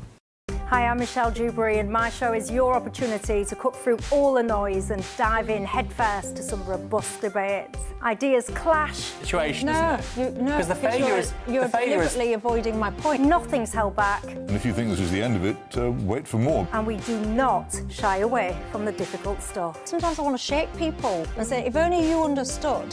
So join me on Jubes & Co. weeknights at 6 p.m. only on GB News, Britain's news channel.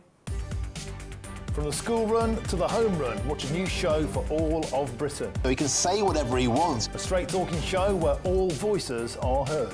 And, you know, when are we going to stop talking about smashing the gangs and actually do it? With the stories that matter from every part of our country. There's a bit of a crash landing there for your Chancellor. Bold, fearless and standing up for you. That's me, Martin Dordme, 3 p.m. till 6 p.m. weekdays, here only on GB News. The People's Channel, Britain's news channel.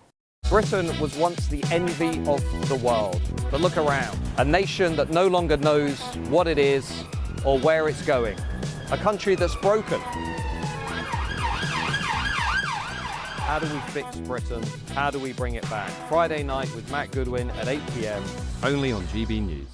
No matter the state it's in, this is our nation. Join me, Jacob Rees-Mogg, for a genuine, honest discussion on where we have been, where we are going, and where we are with the people who set the direction. Tune in to State of the Nation every Monday to Thursday, 8 to 9 o'clock. Only on GB News. Britain deserves a newsroom that puts the facts and your voice first. Well, and that's what you get on GB News. Lively debates, lively conversations. And we're not afraid to hold power to account. And each other. So join me, Andrew Pierce. And me, Miriam Cates, for Britain's Newsroom, weekdays from 9:30 on GB News. Now, wait to hear this. I wouldn't have known that the animals cared for at London Zoo there are, Ellie? 8,000 of them. That's a lot. It's a lot, isn't it? And each of them needs to be weighed today for London Zoo's annual stock takes. That is all of the animals, from the penguins all the way up to the lions. OK. GB News national reporter Will Godley, we'll just be careful that you're not mistaken for one of the animals today, Will. But there you are, looking fit and well and smiley. And it's a nice chilly morning.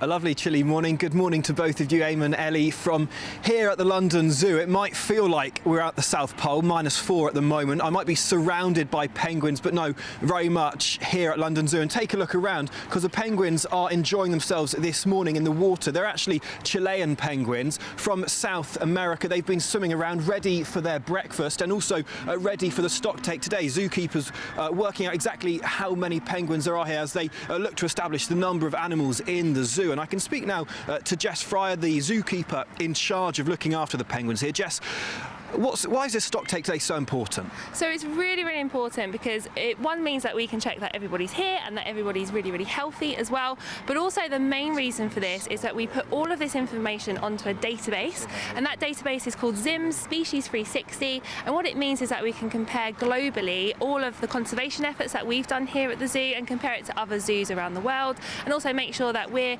really having that impact on conservation as well, which is super important to make their numbers rise out in the wild. And what's happened here amongst this penguin colony has been a real success story when it comes to conservation, hasn't it? What's happened this year? It sure has. So we actually had 16 penguin chicks hatch this year, which is one of our most successful years that we've had here at London Zoo with the Humboldt penguins. So we're really, really excited about that. And hopefully this year our numbers will soar even better as well. And what about some of the challenges when it comes to the stock take? What are some of the issues that you might find today? So actually with the penguins it's quite easy. So we know we have 75 penguins, we know all of their names, we know all of their spot patterns, we know their individual personalities as well. So these guys are quite easy, but when it comes to some of the smaller animals, maybe like our ant colonies as well, we don't count individually how many ants there are because that's almost impossible. But what we do is we count that as one colony, so it's got one queen and we count that as a whole. So their one's a little bit more tricky, but our penguins, we know we've got 75, which is brilliant. So we'll just put all of that information onto our database. It's amazing to hear you say that there are different personalities for these penguins as well.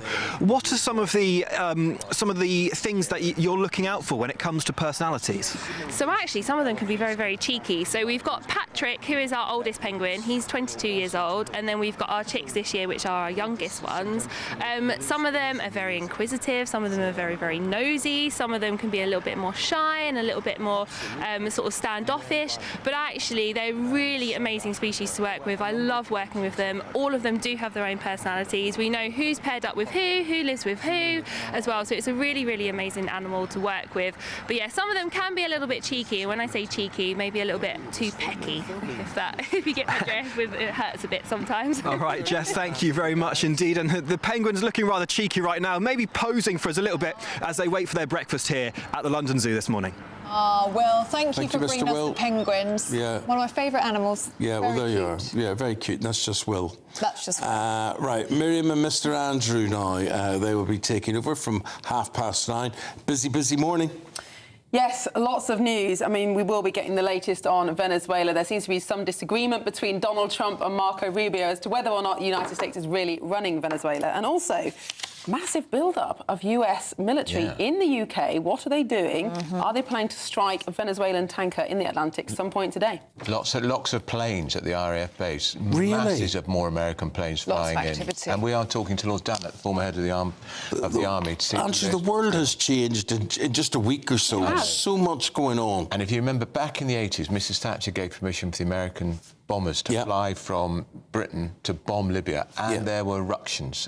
Big price to pay for that. So are we going to do the same thing? That's what we're asking.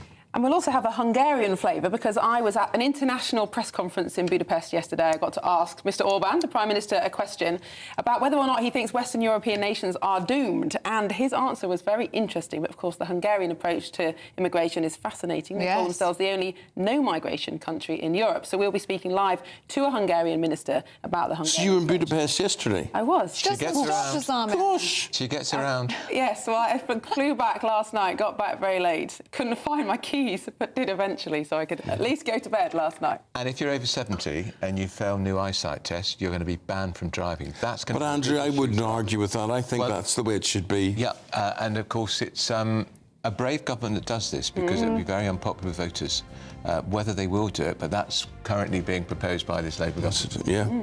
OK, guys, well, have a good show. We will say goodbye to you and over to you, and have a good one. Some weather, which, as we know, is snow in Scotland, snow in lots of places. It is January, after all.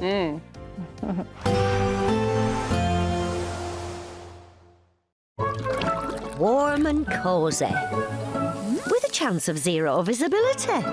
Boxed Boilers sponsors the weather on GB News.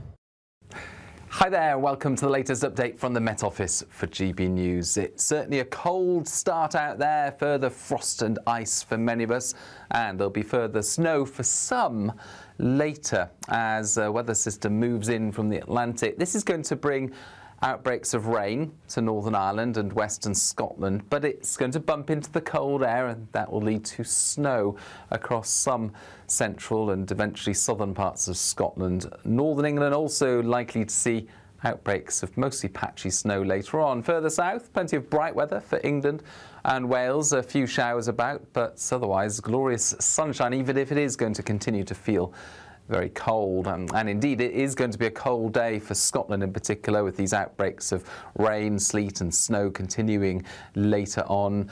The snow leading to 1 to 5 centimetres at lower levels, 10 to 15 over hills, and northern England also likely to see some significant accumulations over hills, but patchy accumulations at lower levels. I think further south, as this system moves its way into Wales and the southwest, mostly it's rain with some hill snow. But later on, overnight effectively, for eastern England, there could be some snow coming down to lower levels, a couple of centimetres to wake up to. On Wednesday morning for East Anglia, Lincolnshire, Yorkshire, for example. The cold air then returns with northerly winds and a widespread frost for many on Wednesday morning. Like I say, some icy patches around first thing to watch out for, but actually plenty of bright weather during Wednesday. We're back to sunny spells, crisp winter sunshine, but also a few wintry showers, those predominantly during Wednesday afternoon affecting North Sea coast. Northern Scotland seeing fewer snow showers compared with recent days, but it is cold for all of us, 3 to 6 Celsius at best. Warm and cosy, with a chance of zero visibility. Boxed Boilers sponsors the weather on GB News. Thank you, Britain, for helping us reach 10 million followers across social media. We are truly honoured to have your trust, one follower at a time.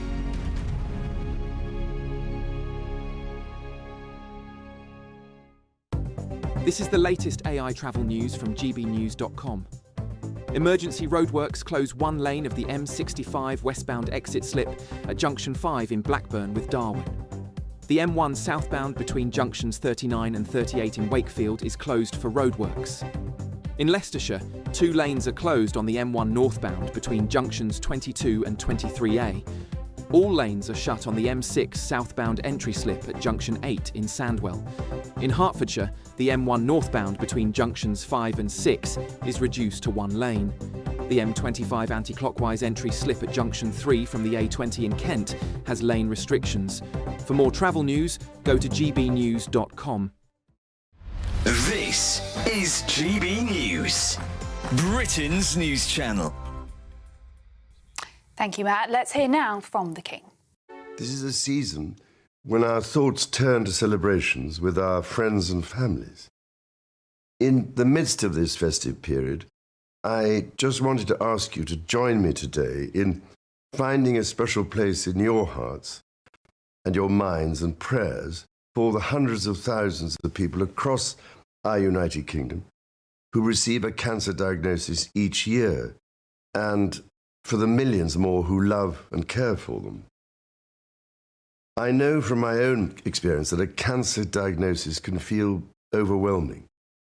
Yet I also know that early detection is the key that can transform treatment journeys, giving invaluable time to medical teams and to their patients the precious gift of hope.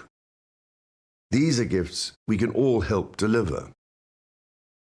Throughout my own cancer journey, I've been profoundly moved by what I can only call the community of care that surrounds every cancer patient. The specialists, the nurses, researchers and volunteers who work tirelessly to save and improve lives. But I have also learned something that troubles me deeply. At least 9 million people in our country are not up to date with the cancer screenings available to them. When bowel cancer is caught at the earliest stage, around 9 in 10 people survive for at least 5 years. When diagnosed late, that falls to just 1 in 10. Early diagnosis quite simply saves lives.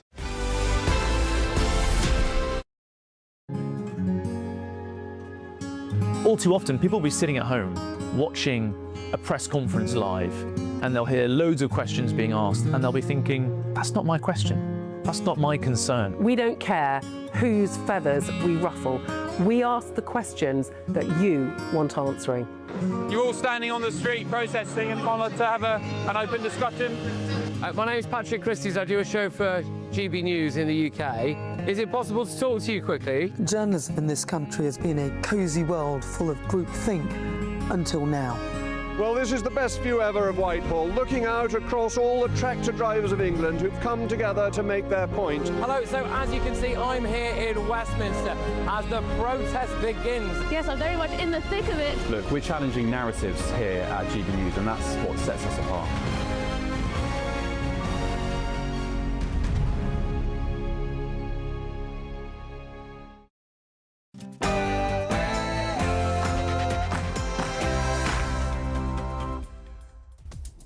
Good morning. It's Tuesday. It's 9:30 on Tuesday, the 6th of January, live across the UK. This is Britain's News with Andrew Pearce, and I'm back with Miriam Cates. Good to be back. Well, Venezuela's ex-president Maduro tells an American court that he is a prisoner of war and pleads not guilty to drugs charges. And Donald Trump says he's very serious about taking over the Danish territory of Greenland, despite warnings it could end the NATO alliance. This man, Sir Keir Starmer, just might make him think twice. For Greenland is for Greenland and the Kingdom of Denmark, and for